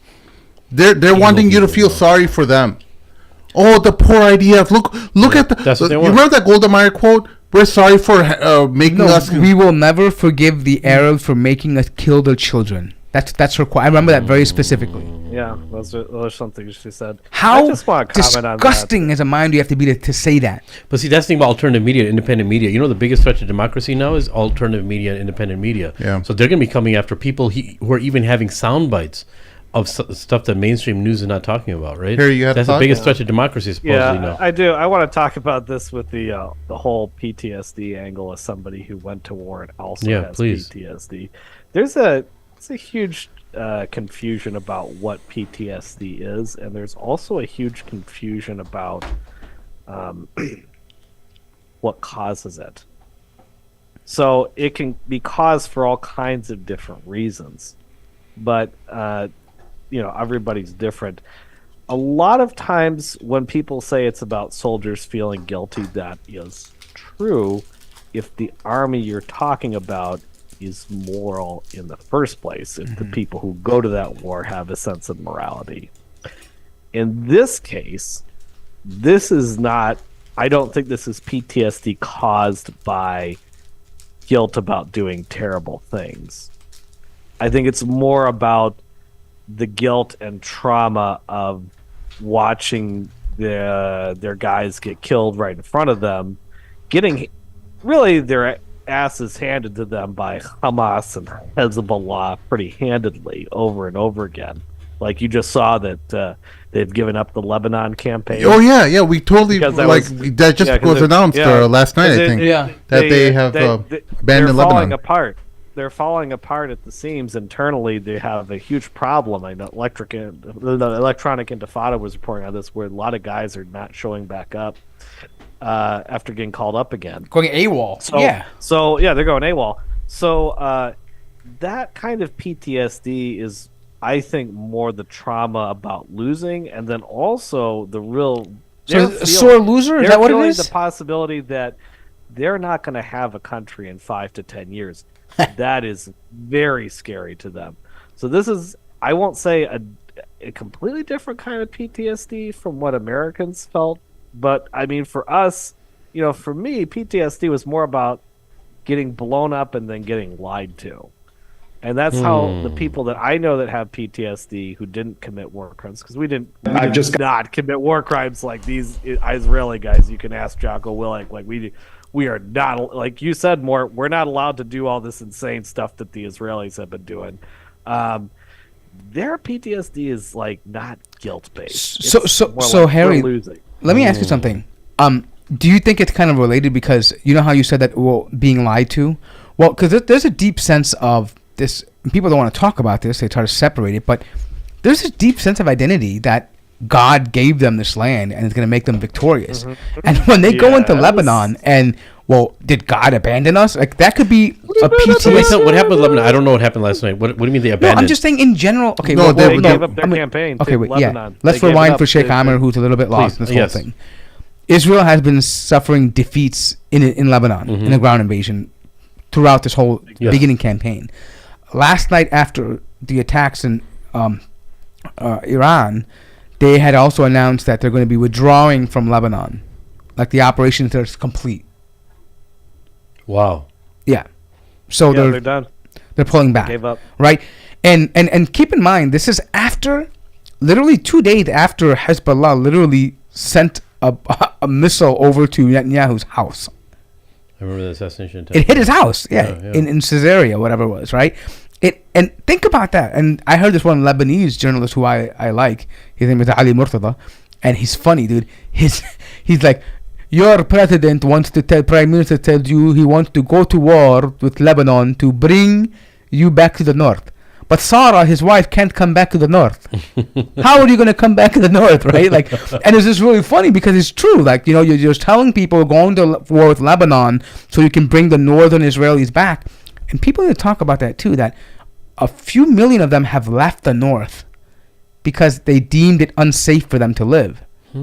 They're living in hotels in Tel Aviv Yes. on the government's dime. And there's a more than 130 Israeli reservists signed letter refusing to fight in Gaza and Lebanon. This is reported by CNN. Yes. So what this is, and by the way, I think we need to be fair too, right? Just as we're Muslims, we should be fair.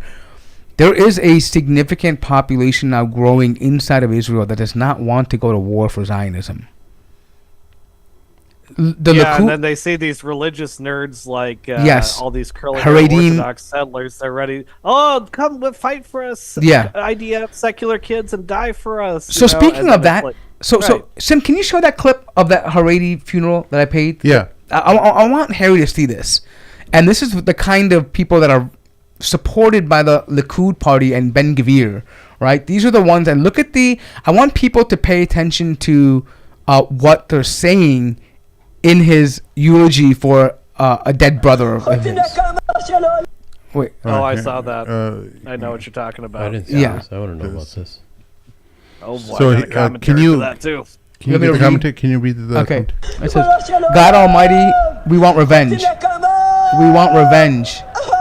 We want revenge. Revenge. So these are settlers? Yes. Revenge. Revenge. You entered Gaza to take revenge. As many women and children you can, everyone you saw that this is what you wanted. On this day, 1 year after Simchat Torah, when we thought we will massacre the enemy, massacre everyone, then we will expel them from this land, and we are here at this funeral. God Almighty, we want revenge. So what I'm saying is one of the reservists who went there is a Haredim, like from this crowd that never traditionally went to the IDF, but they believe that they should take. They're part of the people who believe in this greater Zion plan. Lebanon, Syria, Iraq, parts of Saudi Arabia, Sinai. They believe that this is all theirs, right? And so this is a person who was from that community. This is his brother that is giving talking at his funeral, and saying women and children. He's calling on God to revenge. Let me just be. They believe that God has given them because they compare them to the Amalekites and say we have the right to kill their women and children. Why? Because it's preemptive. They believe that just like they killed off the Amalekites because their children would grow to come back and fight them, we have to finish them off completely. So they believe that what they were doing in Gaza, God loved it because He allowed them to do it and continue to do it without stopping them. He says, look, God, we went to Gaza and we massacred children and women and everybody, because we were going to take the land, and we thought we were going to go to Lebanon and do the same thing, and it didn't happen. We want revenge. We want revenge. They're asking God to help them get revenge and basically massacre this population too in Lebanon. Do what they did in Gaza to Lebanon. But the reason why I wanted to share this with it is because this is the kind of people I'm talking about with the PTSD, that they have a PTSD with their warped version of what God wants them to do. Like, they literally thought that God was going to come in and blow through Lebanon with them. So just as there's a different causes for PTSD, there's also different outcomes and responses. One response can be on one end of the scale, you see kind of the cowardly avoidance response. where people, piss their pants and this, that, and the other, and they wet the bed at night, and they can't. They're just crying all the time. And then there's the other side of that spectrum where it's about violence and revenge and actually hyper-aggressive behavior. So this is part of the reason why, I see people on YouTube, people saying, oh, PTSD is all this one thing, and oh, people in Russia don't get PTSD. Nonsense. And it's like, yeah, they do. And Palestinians don't get PTSD. Oh, yeah, they do. And it's not just soldiers. Civilians get PTSD. Right. You think Sinwar didn't have some things going on with him? Of course he did. Sinwar is another response mechanism telling everybody to F off. Dude, a guy sitting there with a severed arm who's throwing a stick has PTSD, dude. For me, increasingly, it's as I've gotten older, well, even before then, too. It's not just older. Part of it's getting older, but part of it is just also that experience is I just tell everybody to F off now. I don't trust people. When people say, we need to do this, or we got to go this, or you've got to do this, I'm like, I don't have to do anything. So, Russians have the other way of handling it, which is they're just drunk and aggressive all the time. Yeah, self-medication. As you've got some people who are disillusioned and they're going to leave and go back to Europe, and then you've got other people who are going to be increasingly hyper-aggressive and be more extreme, which means they're going to get more and more condemnation and isolation from the international community. And then you factor that in with the fact, like Mort was talking about, the divide between the more secular people in Tel Aviv and the more extreme religious people in the West Bank, in the settlements. The people in the Tel Aviv, the secularists, the people who are the young folks that make up the majority of the IDF spots, who have to serve by law, those people are deeply, deeply resentful. And that's part of, they don't believe that God necessarily gave them that land because they're not the religious people, but they are deeply resentful and disillusioned and afraid, and they're not willing to keep fighting for a project. Because these settlers, they're just a crazy dog on a chain, and they're off the chain. So, Harry, Bibi Netanyahu doesn't really have control of them either. So I speak to these people all the time, right? So they view settlers as useful idiots, right? These Haredim, like useful idiots who believe in God, whatever, fine, you want to do it. But that's funny because the Haredim view them the exact same way. Yes, exactly. It's the same. And this is the ayah in the Quran. They seem united, but they're divided, right? They view, like actually, the Haredim will say what happened in Gaza, or October 6th, was because they actually deserved to die because they were actually non-practicing Jews. God is ridding all these people of non-practicing Jews from the land. So God is punishing them. And they believe that. And it's really weird, right? What a twisted situation. Yeah, but anyways, bro. But these secular, what they will say is an argument for Israel is that, well, they try to, it's weird with them because they're not religious, but they also use the argument of historical ties based on biblical history. Right? Because they will use that and they'll find archaeology to kind of link it. And we know that's true. There were Jews that were there, right? But they still reference that. But the main thing is what they come out and say, well, we're just smarter people. We have better values than the Arabs. We teach our children to get education and love lives while Arabs tell them to just take their life. We love life, they hate life, right? And so they use this argument of superiority that our culture, our values, our intelligence, our genetic, they even get involved in eugenics, that our genetics is different than them. We're smarter, we're better, we're more intelligent. And when they see these kinds of failures, they think, oh man, like even despite all of these wonderful, they'll tell you we invented so many things, we control this, we have control, and all the stuff. We're such an intelligent group of people, and despite all of that, they see these failures, right? Because they can make the typical Zionist arguments, but they know deep down inside that Israel doesn't exist without foreign nations backing it, right? Like America. But despite all of that foreign support, and then you get your ass handed to you, right, by ship wearing people who are just on slippers and like, and by the way, we've been, I think Sim mentioned this to you last time too. Hezbollah of 2008 is not the same as today. This is a very different. I mean, they literally have surface-to-air missiles. Like they have, like, and there are videos of this. Much more capable, right? They can cause. Actually, I would argue that Hezbollah actually showed some restraint in terms of what they could fire over towards Israel. They could have done much more damage to like critical Civilians. infrastructure, not civilians, No, if they wanted to, they could have. critical infrastructure, power grids, water desalination plants, things like the shipping ports. They could have done way more damage. That would, I mean, you imagine hitting a main. Israel is not that big. Imagine taking out a power grid and having the IDF do an ethnic genocide in the dark. Not going to work very well. But why wouldn't they do that? It may seem like a simple question. Because the escalation, bro. Yeah, because Escalation. Israel's going to respond back with even harder. So they've kind of established this precedence where they want to pull you into a war, right? So Iran and its proxies' strategy is that we can't invite a way for them to force us into a way where we have to put boots on the ground and to bring in America, and then because then the Americans will come in, Yes. right? And the only way out of this for Iran, because Israel's going to keep on doing this, it's going to keep on killing people and force Iran's hand. And the only way that there is a way out of this is for China and Iran and Russia to come in and say, if the United States enters this war, we will enter the war. That is the only way to even out the playing field. Because right now it's just United States and Israel bullying around Iran and everyone else in the region. And sense. the only way is... The problem with this scenario right now is that Russia normally would have or would more likely have been able to make statements like that, but they're hamstrung with Ukraine. Yeah.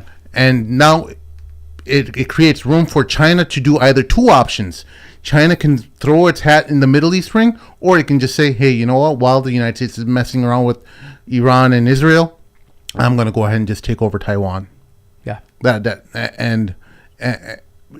There's only so many fires at the fronts that the United States can. Yeah. The United States military has been designed in a way to battle on two fronts. It's supposed to. I don't think that's true anymore.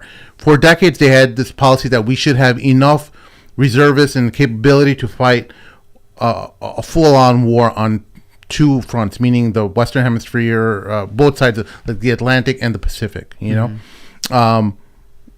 I just don't see that realistic anymore. I think there's much more command control. I mean, because the warfare has changed. It's like drones and autonomous, and so you don't need as many bodies on the ground. I mean, they can certainly pulverize and damage two I don't different think the fronts very American easily. appetite is even... appetite is yeah, different. the Yes. American appetite for war is I not think there. capability-wise, People- we can certainly fight two fronts very They easily. can. If push comes to shove, it can. Yeah. They can. The American appetite doesn't demand for that. They want. Hmm. Everyone wants to make money. Everyone wants Everyone stability. wants to make money. Everyone wants I don't think stability. we could fight. No, They don't- No, I don't think we could. No, Yeah. no, we can't fight. No, we're not. We don't have enough manpower to be able to Right. fight two wars at once like that anymore.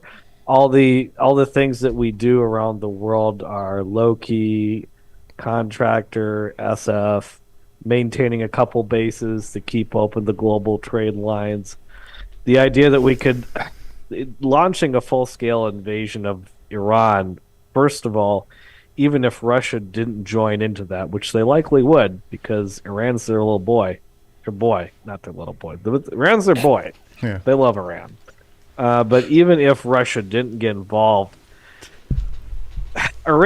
fighting Iran in the mountains would tough. be an Yeah. absolute. It would be an absolute nightmare. But- All of our advantages with air and naval power are for naught. It would be mountain to mountain dealing with heavily armored, well-trained troops who have a lot of guns. And those are not like the Taliban who just hide in little caves. Those are like Iran has very extensive underground tunnel network. So it'd basically be like Hamas popping up throughout Gaza, but with mountains. So above Harry, the ocean. I think when you're talking Terrible about nightmare. when you're talking about invasions, nightmare. I agree with you. But I think as far as We're us- not going to win that. Yeah, no, I think if you're talking about invasions, I agree with you. Invading a country versus going to war with it and like pulverizing it from the air are two different things, right? Like you can pulverize and create no-fly zones and all that stuff and damage. With Iran, you're not really going to do that because all their stuff's underground, like Hamas. Everything that we have in our arsenal is not going to penetrate the rock deep enough. But to Harry, get to we the can certainly core we assets. can. I mean, if America wanted to, we could just certainly take out the oil refineries, choke them economically. We could do a lot of things to harm them. Maybe not. And then they'll wipe Tel Aviv off the map. Yeah, But I mean, that that people would. in Tel All right. Aviv are going to Yeah. run back Yeah, to Europe. we It would can- be we much can- worse Jeremy for Israel. Scahill. Let's Yeah. move on to this. I've just gotten done seeing images from the ground where children are being shredded like meat in a butcher shop. This is Jeremy Who's this Scahill guy? Oh, yeah. on Ayman okay. Mohyeddin's show on MSNBC Okay. that got deleted by MSNBC. Oh, wow. Yeah. I don't understand how any of us, whether we're journalists or not, this isn't about objectivity, how any of us can watch this genocide unfold in real time and watch the pontificating of the politicians running for president and not just cry out, this has to stop. I mean, this has to stop. We've looked at this. I mean, I know you've reported on the ground from Gaza. I mean, we're watching a genocide in real time. And I'm sorry, but on this network also, there are people who have promoted propaganda from Israel. There are people cheerleading for those running for office who are lying to the American people about concern for the Palestinians. And yes, we should talk about Yahya Sinwar. But Yahya Sinwar is also in many ways the story of Gaza. You know, yes, this was a violent man, but his violence was rooted in the fact that he was born in a refugee camp. And Israel, throughout his entire life, waged a war of annihilation against the Palestinians. I'm not here to defend Yahya Sinwar. I'm here to say that we can't talk about who Yahya Sinwar was or what Hamas is without talking about 76 years of colonialism, of apartheid, of mass killing, of mowing the lawn, of controlling the calories. Yahya Sinwar's death, the White House is saying this provides a moment to sort of pivot and to make a settlement. And what does Netanyahu do in response to those speeches from Kamala Harris and Joe Biden and John Kirby? He doubles down. Yeah. He goes full force, final solution on the people of northern Gaza. Yes, let's talk about Yahya Sinwar, but my God, we cannot watch more children being shredded and say that this is okay. Well, This is just a political issue. So this is the interview where he went in on MSNBC. For people who don't know who Jeremy Scahill is, Jeremy is a guy who first came on the scene. Him and Glenn Greenwald started The Intercept many years ago. So he was later received notoriety for his coverage on Anwar and his son, And Blackwater, writing a book on and the Blackwater. illegal killings of him of his son in Yemen.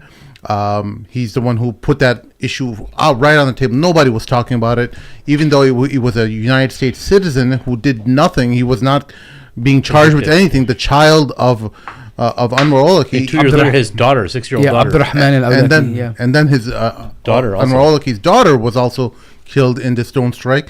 And the State Department's response was that, well, that's unfortunate for him to be born to a terrorist. And a good documentary to watch. I remember you told me about this many years ago. Dirty Wars, a great documentary by Jeremy Scahill. Amazing documentary. Right. Watch it. He has a documentary on Blackwater, too. He started all this. We actually had Murtaza Hussein, who was part of the Intercept, on our show a few years ago. We geeked out about him working with Jeremy Scahill because we followed Jeremy Scahill for many years, and he was talking about how his office is just like around the corner from his, and we're like, oh my God, we got to come by. Beautiful to get him on. Man. But so they split off. The Intercept got taken over by corporate shills, and so all these guys, Jeremy Scahill and them, they all split off from the Intercept. Ryan Grimm also. Ryan Grimm, Murtaza Hussein. So they have Drop Site News. Glenn Greenwald called it out many years ago that these guys are just kind of. He left that scene. I don't know all the details, but he was basically saying enough's enough. I'm going to go ahead and do my own thing, and so he did. He's got his own YouTube channel, I believe. He's doing great work as well. I don't know why they would invite Jeremy Scahill on. He seems like he would not be the type of journalist that they want to give coverage to. It seems like he may not be invited on again after this kind of interview. But he basically calls him out and says, you know what, your network, who's supposed to be a bastion of liberalism about fighting against oppression and stuff, you're egging this on. You're complicit in this genocide. Yeah. So it's awesome to see Jeremy still back at it. He's still fighting the good fight. He's always been kind of this guy who always works in the background. Yeah.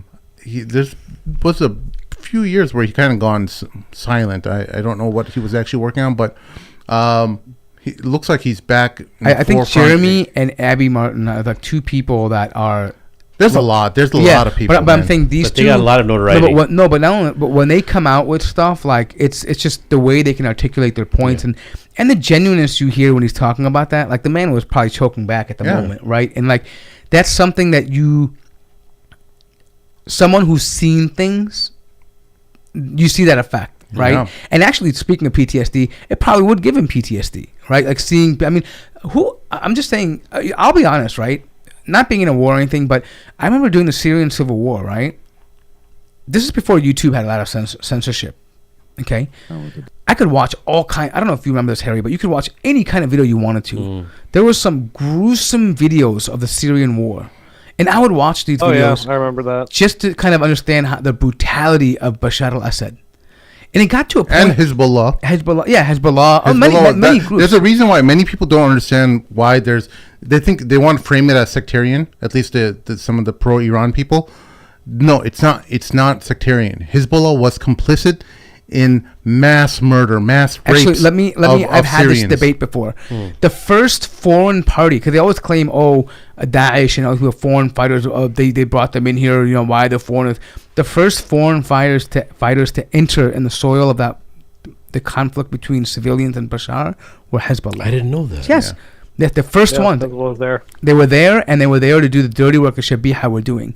And they work side by side by people who claim that Hezbollah claims to be Muslim, but they work side by side by people, the Shabiha, who are the thugs of Bashar, who were burying people alive and making them say La ilaha illa Bashar. Right? They were. What they were complacent in all of this, right? But I used to watch these videos, right, to see, because you want to see, right? I mean, what's going on, right? And it got to a point where, after years of watching this, right, like maybe you told me this, like it got normal for me to see. Like I remember, like just people's heads blowing off and like parts of their brains missing and just gruesome thing like limbs missing. And I remember one day I'm eating breakfast in the morning. I'm watching this video. Literally, it sounds crazy, right? And I'm watching this video of a kid who was recently sniped by a Bashar military thug, and he was trying to talk to the media. And his jaw is blown off. Literally, you just see like his flap moving, right? And I'm eating breakfast and I realize this is not normal for me to be seeing this. Yeah. Like this is absolutely abnormal for me not to flinch and not to be disgusted by watching somebody with literally no lower jaw trying to speak and get help. Like it's disgusting, right? Right, and I'm like, governments intuitively knew that throughout the ages, which is why governments that wanted to wage successful campaigns. This is why whenever war happens, the freedom of speech and information is usually one of the first victims, because governments don't want their populations to see this in real time. And World War II, World War I were no exception. That's why you see these movies made for the American audience back home during the war, and it's just like kind of like our fighting soldiers barely marching onward towards Berlin. Look at these brave heroes, and it's not talking about Private Snuffy getting his guts hanging out, blown up by murder. It doesn't talk about that. It was that's why it's very. Those things were always hidden for the public, and I would argue that this is going to be a little ecclesiastical here, but I suspect. This is not a scholarly opinion. I suspect that part of the reason towards the last days that we're going to experience a period in time of profound peace, and also prosperity, is partly because social media makes us so sensitive to the idea of violence. It used to be, traditionally, it's been men who understand the realm of violence and people who are most closely connected to war fighting and violence and the war experience itself that understand the nature of violence and how it is and how it feels. And so a lot of times part of the reason, a lot of veterans came home frustrated from Iraq and Afghanistan is that, it kind of felt like being the giver in that Loris Lowry book that we all read in 8th grade, The Giver. Yeah. Where you don't really, you're like the giver. You understand what it feels like. You see things in color. You have memories of how things really are. But the people around you in your village, they don't really get it. They see things in black and white. Interesting. Here we So, social media, what Mort's talking about, has created a thing where we're all the giver now. We all have the collective memories, even if we didn't experience it directly. So Mort, I think, is touching onto something, which it is if it's not PTSD, it's definitely edging towards it. Just like watching pornography is not the same thing as actually committing zina, but it's pretty damn close. It damages you, right? It takes away. It damages you still. I think it still damages you. Well, not as much, but it still does something. Yeah, I think what I was trying to get at was that I realized this desensitization that I had, and that it was abnormal. And so from that point, I'm like, I'm not watching any of these videos anymore. Like anything gruesome, people, I don't watch anymore. Man. I'm like, it's way too overwhelming to see, because we're in this. We have to report on this stuff. We go through hundreds of videos before this show comes on, and try to sift out what we want to show you and what we want to report on and talk about, and it weighs on your mind repeatedly just watching these images. Just recently, over the past week, the two girls, one was carrying the child over. That almost broke me, man. I'm sorry. But update on that. How is that possible? Here's some good news, though. Update on that. They made it to the location, and some guy took them in, made a video saying they're good. He's giving them shekels and money and saying, "Hey, they're going to be safe here now." Yeah. I know. But the idea, the image of a child carrying or the other sibling, one about the girl. She's such a little thing. Just carrying her sibling on her back. Yeah, on her back on the roadside. Yeah, and I'm like, in what world? How are we even? I can't imagine how people just move on from that to the next thing. Like, I'm supposed to just go and eat dinner now and play with my kids. After seeing that, it just like messes with you on so many levels. It does. And then after a while, you're just like, I have to take a break. I have to, and then I feel guilty about taking a break because they don't get that break. Yeah, they don't get to take any kind of. There's a feeling of helplessness, guilt. Like so many different emotions that you feel: sadness, sorrow, anger. Like you see the thing, and by the way, this is nothing compared to what they have to go through. But that's the psyche when you see these things. And then eventually. But my point is that you have, for me, what I was saying was that those feelings started to go away. It was numb. Yeah. Because I'm like, I've seen so much of it that I didn't want to lose. So now when you tell me, hey, look at this, it impacts me because I've had to reset. And I had to get away from that because watching these things constantly will make you lose your humanity. And I think there's a reason why some of these soldiers, like people call them heartless. I don't think it's by intention. I think it happens. I think it happens where you have to become sort of numb in order to survive. Otherwise, you just and you talk about Yahya Sinwar, right? Yeah, they might have called him the butcher of Gaza, but his reality is different. When you grow up and you see, can you imagine? Just think about this. Israel, anyone go on Wikipedia and look up the assassination by Israel. More than 300 people in Gaza alone. Israel has done year after year after year. Imagine seeing people blown up in front of you, beaten, plus being in prison, seeing how all kinds of stuff they do there, and you expect this person to have some kind of over empathetic feeling for people after he's witnessed, firsthand all the stuff. It's crazy, man. Like to think that you could be normal after that. One of the sane voices out of the entertainment sphere is Theo Vonn. And he had this is crazy.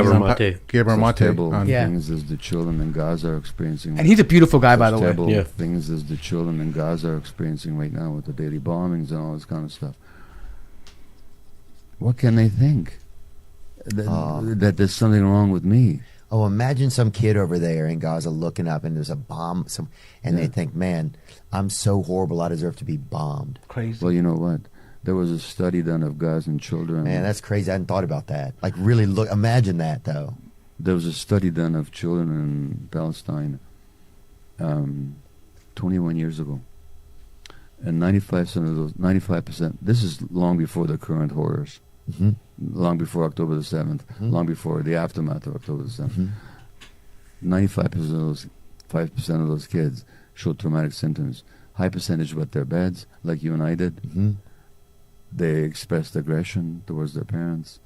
They had panic attacks, anxiety, fears.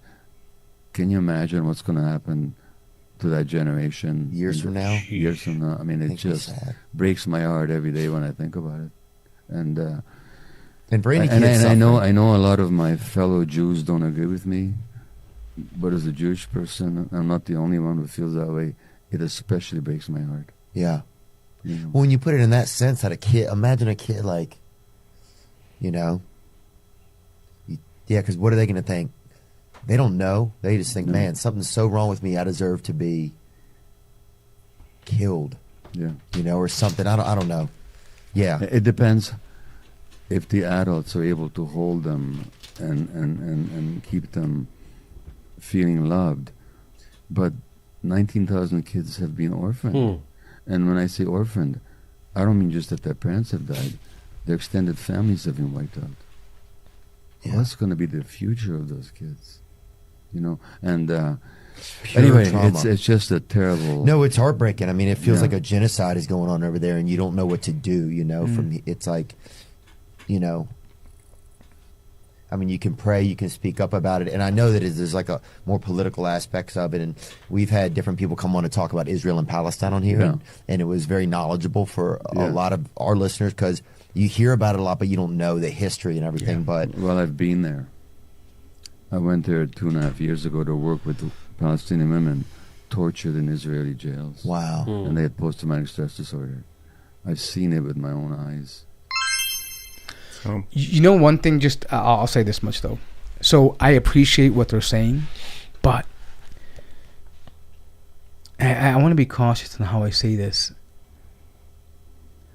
There is a certain advantage and benefit of being raised with Islam.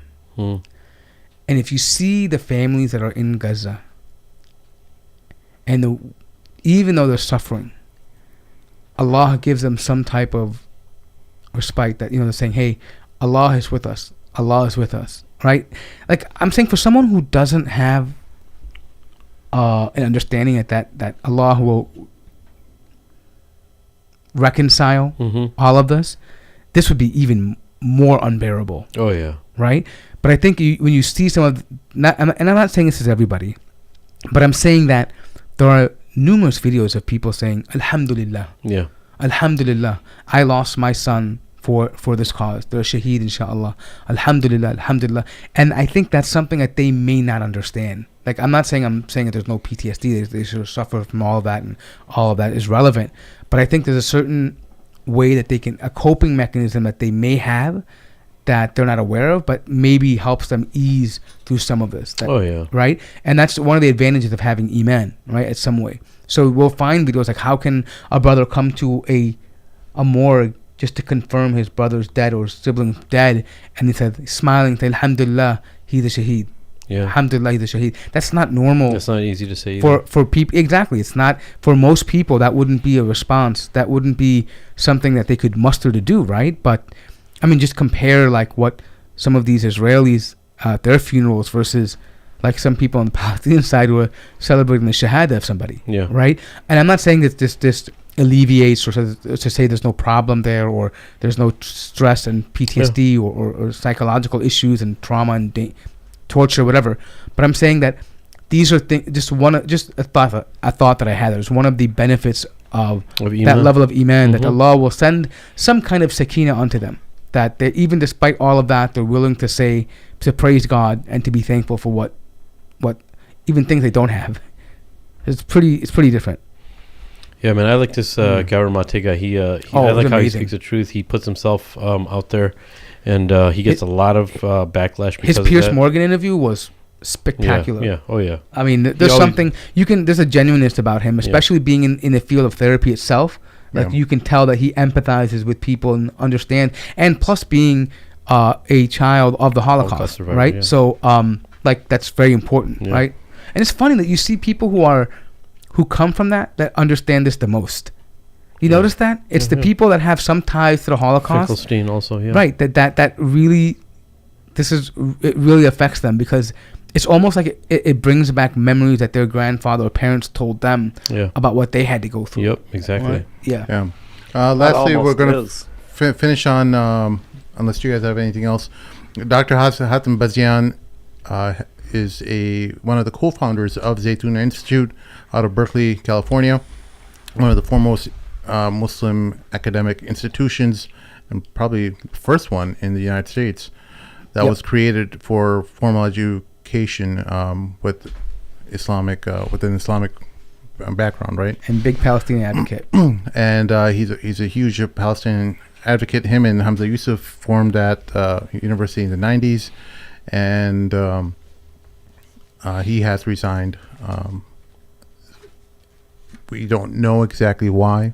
People are speculating online that Dr. Bazian and Hamza Yusuf didn't see eye to eye ideologically, at least in terms of politics and different associations that they had, or visions that they had with how political events transpire, especially with Hamza Yusuf's alleged connections with the UAE. But we did have Dr. Bazian on our show, and he did explain to us.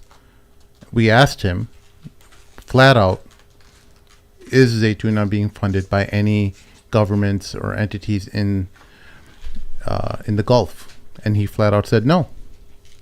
So in that regard, we know that, at least if that still holds true, that's not one of the reasons why.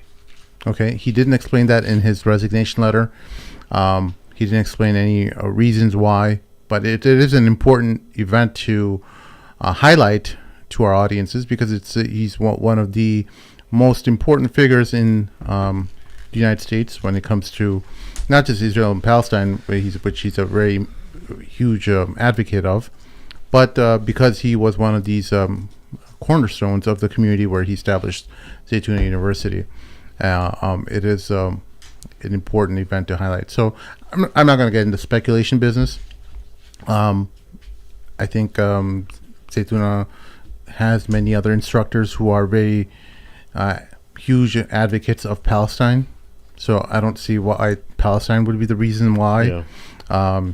Especially, we know Dr. Abdullah bin Hamid Ali. He's always talking about Palestine. Yeah. We know who's the brother we had on the show, Ali Atai, Dr. Ali Atai. He's a huge advocate of Palestine as well. So there's many advocates, and Zayd Shakir as well. So there's many people. I don't think Palestine was the reason why. Yeah, I mean, but sometimes right now it's just guesswork to try to figure it out. People drift apart. People like drama. People drift apart over time, have different trajectories of growth and visions of which direction to go in. So it's just sad to see, but I hope we wish Dr. Bazian the best. He was incredibly gracious coming into our studio, meeting with us. It was wonderful having him here, and a huge honor when he was here. Damn, man, you're talking like he died or something. No. I mean, but I know. But when you leave an institution, he might start something new. Well, who knows? Inshallah. Have tawakkul, brother. Well, maybe he just resigned because it's time for him to go and he's got something else to do. It might not be a personal dispute. Could be. Yeah. It might just be he's got too many projects. I mean, I've gone from having nothing to do for an entire year. And then all of a sudden I'm super busy with everything I'm trying to do, from doing podcasting to X to being part of the Sufi group I'm in now to trying to get commodity sales and trying to sell oil. I've been a very, very busy guy lately. Yeah. So, what kind of oil? Somebody I'll tell you guys after the show, but basically we're trying to sell crude.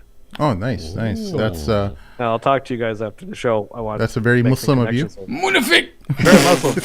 Oh no, I'm not a Munafik. I love how he says it. He doesn't even want to change it. He's called a Munafik. Awesome. Do you guys have any other items? Up in the sky. I do. I do want to address this one thing, because you did bring it up about Sheikh Hamza Yusuf and the UAE, and I want to. This is important to me because I became Muslim largely because Hamza Yusuf was one of the most common people that I listened to, that I usually listen to when I want an answer to something in my journey to Islam. most often. So I owe him a great deal of respect and debt, actually. So Sheikh Hamza, we'd love to have you on the show, and I'm friends with Sheikh bin Hamid, and if I'm ever in California, I'd love to meet you personally. But I think I want to explain where I think Sheikh Hamza is coming from, because there was this huge controversy not too long ago where he went on the Kim Iverson show and said, I think Masjid al-Aqsa, I'm paraphrasing here, should be open to Jews too if they want to come pray. And, I hope that ideally, we're really not supposed to use violence and this, that, and the other. I want to explain to people where Sheikh Hamza Yusuf, I think, is coming from and defend his words, even though I didn't agree with everything he said. Because people heard what he said on the Kim Iverson show in regards to violence and the Masjid al-Aqsa situation with the settlers, the crazy extremists trying to take it over and demolish it. Sheikh Hamza Yusuf, he comes from a white, hippie, California seekers, spiritualist background, being a Californian. Before Sheikh Hamza Yusuf became Muslim after his car accident, which was, just like Richard McKinney and I, we got blown up. Sheikh Hamza Yusuf got jacked up in a car accident where he should have been killed. He had a car accident that was a near-death experience for him. And before he became Muslim, he grew up going to Greek Orthodox Church. I did. When I was a teenager and I went to Orthodox Church and participated in that. So the Orthodox Church, as we've talked about before, has sort of a spiritualist, spiritual warfare aspect to it. So I don't think Sheikh Hamza, I don't want to put words in his mouth, but I don't think he's saying that there's never any room for violence or fighting. I think what he was trying to emphasize to Kim was that the primary purpose of jihad is the internal spiritual struggle first and foremost, and then sometimes the actual physical warfare part of it. That's the first thing. But the second thing is, when Sheikh Hamza was saying, look, I would hope that we could have Jews coming to Masjid al-Aqsa and praying with us.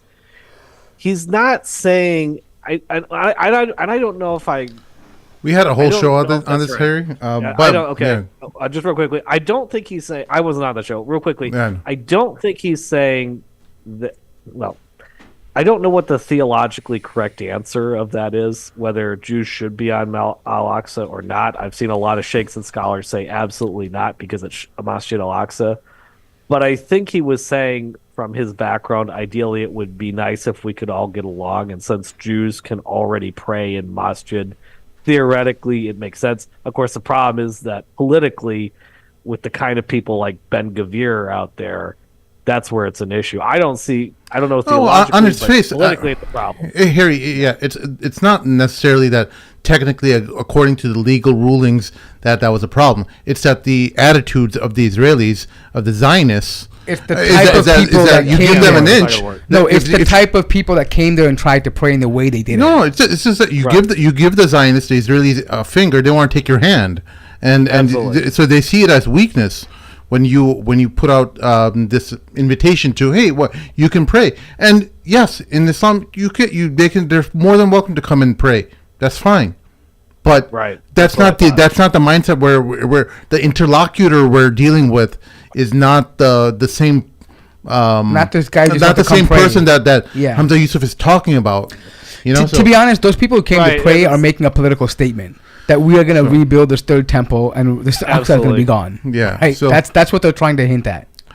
Anyway, so what I'm saying is Sheikh Hamza is sorry, I didn't mean to cut you guys off. I'm just saying Sheikh Hamza is coming at this from a spiritualist, internal struggle standpoint. He's not saying it's not that he's funded by the UA, and I think that's people need to understand that, respect where he's coming from. He's not trying to intentionally undercut the movement. He actually has spoken out, and even directly to people like George Bush, to his face. He has done that. Yeah. So and just keep that in mind. I didn't hear what he said. Allah reward all the scholars and for all that they've done. One thing that we just have to make very, very clear is only Allah is worshipped alone in a masjid. No one else can worship anything else. No Hindu can come in a masjid and pray. No Christian can worship Jesus Christ in a masjid. They can come and watch us pray. If they're interested, they can stand in the back lines and pray. They're not. Nobody's worshiping anything other than Allah in our masjids. Wait, I have a question. Especially but masjid. Can a Jew come and pray inside the masjid? Individually, if he doesn't have as a traveler, you mean, as someone individually, if he doesn't have safety, number one, or let's just say he's a traveler, but to make it known, established prayer, it's never happening. Okay, right. Never happening. That I agree with. Yeah. But I'm saying someone who wants to come in and you know what? Can I find a corner as a traveler here? and just quickly come in? Even that, preferably, if it's outside of the place where people pray, meaning that, hey, we're going to give you this spot right here. Maybe it's right out of the masjid, but no one's going to affect you. No one's going to do it. Now, if it's unsafe outside, you can give them a corner or something. They're not praying in the front line where the imam prays. They're not praying in the stuff where people pray. They're praying somewhere in the back, because this is a masjid that's only for Allah. Yeah, because I had a question, because I mean, we don't differ in terms of Allah with them, right? Meaning that Allah is one God and the same Nabi. I mean, the Allah of all the Anbiya, right? Yeah. But they differ over who's chosen, who's not chosen, right? So the God they worship is essentially the same. Yeah, but imagine them doing something ritualistic of their religion. Sure, I agree. Inside of the but we're allowed to, alhamdulillah, we're allowed to go inside of churches and pray. Because the reason why I'm asking is because Orthodox Jews, one of their most famous rabbis, Moshe ben Maimon, Rambam, he says that if they don't have a place to pray, they cannot pray in churches, but they can pray in no, I understand that. Yeah, I understand that. I understand that. But nonetheless, we can't make a habit of. Yeah, I think what he's talking about is that the entire compound itself is a very large that space. Makes more sense, yeah. And so he's not talking about the entire masjid. So I think that thank you for making that clarification. That was an important clarification that you jumped in for. The compound is actually really important. And I think it's been that way, right? Like Umar bin Khattab found Jews, brought them there, let them have their area to pray, right? I mean, the Ottomans did the same thing too. They uncovered the Western Wall, like that kind of stuff they did. And traditionally, Muslims have allowed that, right? I think the Western Wall is part of the compound. It is the lower part of it. It's on the other side of it. It's the bottom part. So above the Western, that's why I was trolled to Zionist. I'm like, yeah, you think you're winning, you're going to have third temple, but every time you look up on the Western Wall, you hear Allahu Akbar, Allahu Akbar. Like, Allah is winning, right? No, but anyways, so imagine the underside of the compound, the lower part of it, at the dip down, that's the beginning of the Western Wall, because they believe these walls were set as stones by Solomon, right? And then it goes higher and higher as they build up. Awesome. Yeah. Guys, thank you so much for listening. Please make sure to like, subscribe, comment in the comment section below. It really helps us out. If you can, please, we are entirely funded by you. If you can, if you enjoyed this show, please support us by going to patreon.com/the Mad Mamluks. You can also go to themadmamluks.com/donate and help us out through PayPal. That's our show for this afternoon. We'll see you all next time. Assalamu alaikum. Otherwise, we're going to have to sell banana leaves. I want their leader brought here. I want him brought to me. I want the revolution crushed.